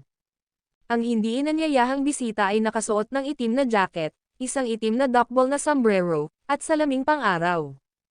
Emperor, bakit nasa Kensington ka? Seryosong tanong ng Blythe King habang nakatingin sa taong lumitaw sa kanyang opisina. Ang bisita ay walang iba kundi ang emperador ng kabisera, na siya ring pinuno ng 5 commander. Siya rin ang marshal ni Sol, na nagbibigay sa kanya ng awtoridad sa lahat ng tropang militar. Kahit na ang Blythe King ay kasalukuyang commander-in-chief ng 5 hukbo, kailangan niyang ipadala ang mga hukbong militar sa utos ng emperador. Gayunpaman, hindi nagawang hawakan ng Emperor ang Black Dragon Army. Ang Black Dragon Army ay isang espesyal na pag-iral. Hindi sila isang domestic army kundi isang hukbo na nagbabantay sa mga hangganan. Ang video na ito ay edited by Urban Storytelling. Kabanata 429. Ang Black Dragon Army ay sumunod lamang sa Black Dragon. Matapos mamatay ang nakaraang Black Dragon, nanatiling walang commander ang Black Dragon Army hanggang sa ang mga nagawa ni James ay nagpahintulot sa kanya na umangat at angkinan ang posisyon bilang bagong commander. Lumapit ang emperador, umupo sa sofa, at pinag-cross ang kanyang mga paa. Sinulyapan niya ang Blythe King na may malamlam na ekspresyon ngunit nakangiting sinabi, bakit hindi? Hindi ba ako tinatanggap ng Blythe King? Hindi naman. Lumambot ang ekspresyon ng Blythe King, at nakangiti siyang nagtanong, ikaw ang namamahala sa hindi mabilang na mga bagay at dapat ay abala. Nagtataka ako kung bakit ka aalis sa kapital at pupunta sa Kensington. Nakangiting sumagot ang emperador, bueno, malapit nang magaganap ang medikal na komperensya ng Kensington, at dahil mapayapa na ang mga hangganan ngayon, binigyan ko ang aking sarili ng 2 linggong bakasyon. Nais kong bisitahin ang Kensington at makita ang engranding taunang kaganapan ni Sol. Isa pa, Gusto kong makakilala ng ilang matandang kaibigan habang nandito ako. Bagamat sinabi ng Emperor, alam ng Blythe King na wala siya sa Kensington para magsaya. Nanatili siyang tahimik sa sofa. Nagpatuloy ang Emperor sa pagsasalita, nga pala, narinig ko na ang Black Dragon ay hindi namatay at nagpakita sa Kensington bilang manugang ng mga kalahan. Kagabi, tinawag kanya sa pribadong nagpadala ng mga tropa para tulungan siyang malutas ang ilang problema. Hindi ako nagpadala ng tropa para tulungan siyang malutas ang mga personal na problema. Nakatanggap ako ng ulat na mayroong pagtitipon ng mga kriminal na gang. Itinama siya ng Blythe King. Lumapas ka sa iyong mga hangganan. Ikaw ang Commander-in-Chief ng 5 hukbo. Ito ay mga usapin ng lokal na puwersa ng pulisya. Sana manatili ka sa iyong jurisdiction at huwag kumilos ng walang ingat. Kung hindi, ito ay isang malubhang krimen na maaaring magbanta sa iyong posisyon. Naunawaan ng Blythe King na narito ang emperador upang punahin ang kanyang mga aksyon. Dahil tinulungan niya si James. Sa pagharap sa pagtatanong ng emperador, ang Blythe King ay mahinahong sumagot, mga pulis. Naglakas loob ba silang makisali sa mga gawain ng 5 Provinces Business Alliance? Ang alyansa ay may halos ganap na awtoridad sa buong 5 probinsya. Hindi ako nag-imbestiga ng maigi at nabigyan ko na ng sapat na mukha ang mga bigwig na iyon. Blythe King, nagbago na ang sitwasyon ngayon. Umaasa ako na ikaw ay sapat na matalino upang makilala ang pinakamahusay na bahagi na nasa ngayon. Hindi na nagsalita pa ang emperador. Kinuha niya ang kanyang sombrero sa mesa, tumayo, at umalis pagkatapos magbigay ng babala. Pagkaalis ng Emperor, kinuha ng Blythe King ang kanyang telepono at tinawagan si James. Nasaan ka? Kakaalis lang ng military hospital. Anong meron? Maghintay ka dyan. Pupuntahan kita kaagad. Ibinaba ng Blythe King ang telepono, nagbihis ng casual na damit, at lumabas. Naghintay si James sa pasukan ng ospital ng militar. Makalipas ang halos 20 minuto, isang ordinaryong sasakyan ang bumungad sa harap ni James. Bumaba ang bintana, at kumaway sa kanya ang Blythe King. Pumasok ka. Pumasok si James sa kotse. Naglabas ng sigarilyo ang Blythe King at ipinasa kay James. Kinuha ito ni James at tinanong, anong meron? May nangyari ba? Mataimtim na sinabi ng Blythe King, may mga taong kumakatok sa aking pinto ngayon. Oh, sino iyon? Naintriga si James at agad na nagtanong. Chief Executive Leroy at ang emperador. Napangiti si James. Ito talaga ang hinulaang mangyayari. Nagpatuloy ang Blythe King. Ang 2 taong ito ay mga kinatawan mula sa militar at gobyerno. Pareho nila akong binalaan na huwag makialam sa iyong mga gawain. Oo, ito ay inaasahan. Simula ngayon, hindi ka na dapat makialam sa akin, ani James. Naguguluhan lang ako. Bakit hindi ka nila ginawan ng aksyon bago ka magbitiw? Ngayong nag-resign ka na, walang humpay silang humahabol sa iyo. Hindi maintindihan ng Blythe King. Sinulyapan ni James ang Blythe King at sinabing, hindi ko talaga alam kung paano ka naging isa sa 5 commander. Ni hindi mo maiintindihan ang ganoong simpleng katotohanan. Dapat dahan-dahan mong i-digest at mauunawaan mo rin sa huli, sagot ni James. Pagkatapos, binuksan niya ang pinto at lumabas ng sasakyan. Umupo ang Blythe King sa likurang upuan at hinihit-hit ang kanyang sigarilyo. Pinag-isipan niya sina James, Leroy, at ang mga salita ng emperador. Isa siyang sundalo at puno ng fighting spirit. Kaya, hindi siya sanay sa mga gulong at deal, ni hindi niya iniisip ang tungkol sa mga usapin sa politika. Noon pa man ay tinatapos niya ang kanyang mga tungkulin at nakakatulong sa pag-unlad ng bansa. Gayunpaman, hindi siya tanga. Malalaman niya kung pinag-iisipan niyang mabuti. Naisip niya ang espesyal na katangian ng Black Dragon Army. Ang Black Dragon Army ay itinatag 30 taon na ang nakalilipas. Isa itong malayang hukbo sa labas ng jurisdiction ng anumang rehiyong militar. Ito ay may malaking awtoridad, at lahat ng Black Dragons ay magmamana ng Blade of Justice. Naisip ng Blythe King ang pagkamatay ng nakaraang Black Dragon. Nangyari ito 10 taon na ang nakalipas. Ang unang commander ng Black Dragon Army ay napatay sa isang labanan 10 taon na ang nakalipas, at ang lahat ng puwersa sa loob ng Sol ay mabilis na na-reshuffle. Nang maalala ang bagay na ito, agad na naunawaan ng Blythe King. Tama si James. Mahalagang tumayo sa kanang bahagi. Naintindihan din niya kung aling panig ang tinutukoy ni James noon. Ang video na ito ay edited by Urban Storytelling. Kabanata 430. Umuwi si James. Kasabay nito, sa isang pribadong silid ng isang bagong bukas na restaurant sa Transgenerational New City Food Street. Sinulyapan ni Quincy si Thea at nagtanong, "Anong nangyari kagabi, Thea? Bakit biglang namatay si Gavin? Paano napagtripan si Xavier hanggang sa hospital?" Tinanong ko ito at narinig kong nabali ang lahat ng buto niya. Dagdag pa, ang kanyang pagkalalaki. Tumigil sandali si Quincy at bumulong, hindi na siya marunong magparami. "Ha? Totoo ba ito? Kanino mo ito narinig? Tama ba ang balita?" Natigilan si Thea at nagtanong. Talagang tumpak, may isang taga-Watson ang nagpakalat nito. Hindi ko alam. Bahagyang natarante si Thea. Alam niyang binugbog ni James si Xavier sa araw ngunit hindi siya sigurado kung ano ang nangyari sa kanya sa gabi. Ang alam niya ay gumawa si James ng isang ulat, at ang Blythe King ay nagpadala ng mga tropa. Pagkatapos, nilabanan ni Gavin ang pag-aresto at binaril hanggang sa mamatay. "Huwag kang magsinungaling sa akin, Thea.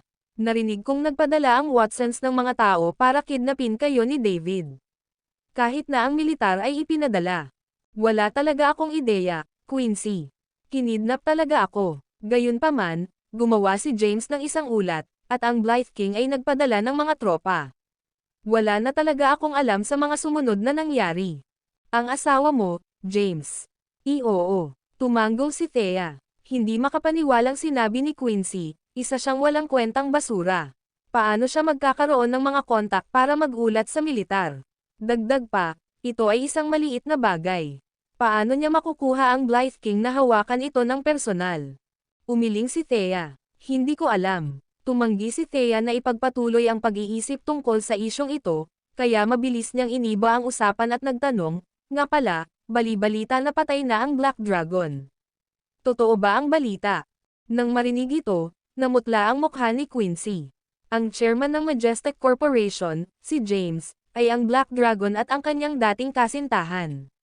Siya ay naka-attach sa kanya sa lahat ng mga taon na ito. Marahan na napabuntong hininga si Quincy. Siguro ito na ang kapalaran natin. Siya at ako at itinadhana na hindi magkasama. Pasensya na, Quincy. Wala talaga akong kinalaman sa kanya. Unlike the Rumors, hindi ko pa siya nakasama. Ganun ba? Hindi naniwala si Quincy sa sinabi ni Thea. Siya ay isang babae na nagtiwala sa kanyang instincts. Noong nakaraan, nasaksihan niya ang paraan ng pagtingin ni James kay Thea sa entrance ng Majestic Corporation. Halatang puno ng pagmamahal ang mga mata nito sa kanya. Kalimutan mo na, patay na siya. Hindi na natin dapat ilabas ang mga malulungkot na bagay na ito. Hindi natin hahayaang maapektuhan ng lalaki ang ating pagkakaibigan. Ang mga patay ay dapat magpahinga sa kapayapaan, at ang pamumuhay ay dapat subukang mamuhay ng lubos. Oo nga pala, nag-organize ako ng high school reunion party ngayong gabi. Sabay na tayo. Napakaraming taon na simula nang makita ko ang mga dati nating kaklase. Pasa ako. Umiling si Thea. Napakaraming bagay ang nangyari kamakailan, at ang mga kalahan ay nahaharap sa isang krisis sa pagkabangkarote. Walang mood si Thea na pumunta sa isang party. I used my connections to invite Kian to perform at the party. Isa pa, inimbitahan ko ang mga dating kaklase ni James. Pagkatapos ng party, isang monumento ang itatayo para sa kanya sa suburbs para paalisin siya. Nang marinig ito, natuksong umalis si Thea. Idol niya si Kian, at talagang nagustuhan niya ang mga kanta nito. Dagdag pa, paano niya mapapalampas ang pagpapadala ng Black Dragon, si James, sa kanyang huling biyahe. Ang Black Dragon, malaki ang naitulong ni James sa kanya noon. Matapos mag-isip ng ilang sandali, tumango si Thea, "Sige. Nasa Dragon Fountain Villa ang Venus. After the party tonight, we will rest at the villa for the night at itatayo ang monumento para kay James bukas." Habang nagsasalita, biglang nakaramdam ng awkward si Quincy. Mabilis niyang inayos ang sarili, I mean ang Black Dragon, James, at hindi ang walang kwentang asawa mo, James. Napangiti si Thea dahil hindi niya iyon isinapuso. By the way, pwede ba akong magdala ng +1? Ha? Kumunat ang noo ni Quincy. Pinayagan nga ng reunion party na sumama ang mga miyembro ng pamilya. Gayunpaman, ayaw niyang dalhin ni Thea si James sa party. Nahanap na niya si Thea na angkop na kasintahan sa mga kaklase niya. Hindi man siya kasing galing ni Xavier, 100 beses siyang mas mahusay kaysa sa walang kwentang James. Pagkatapos mag-isip tungkol dito, sumagot si Quincy, maaari kang magdala ng isa kung gusto mo. Salamat, nakangiting sabi ni Thea. Pagkatapos pumayag na dumalo sa party ay umuwi na si Thea. Pag-uwi ni Thea, nakauwi na si James. Honey, may sasabihin ako sa'yo. Oo naman, sige. Si Quincy ay nag-organisa ng isang high school reunion party, at nagpaplano akong pumunta, sabi ni Thea. Sige, magsaya ka, gayon din.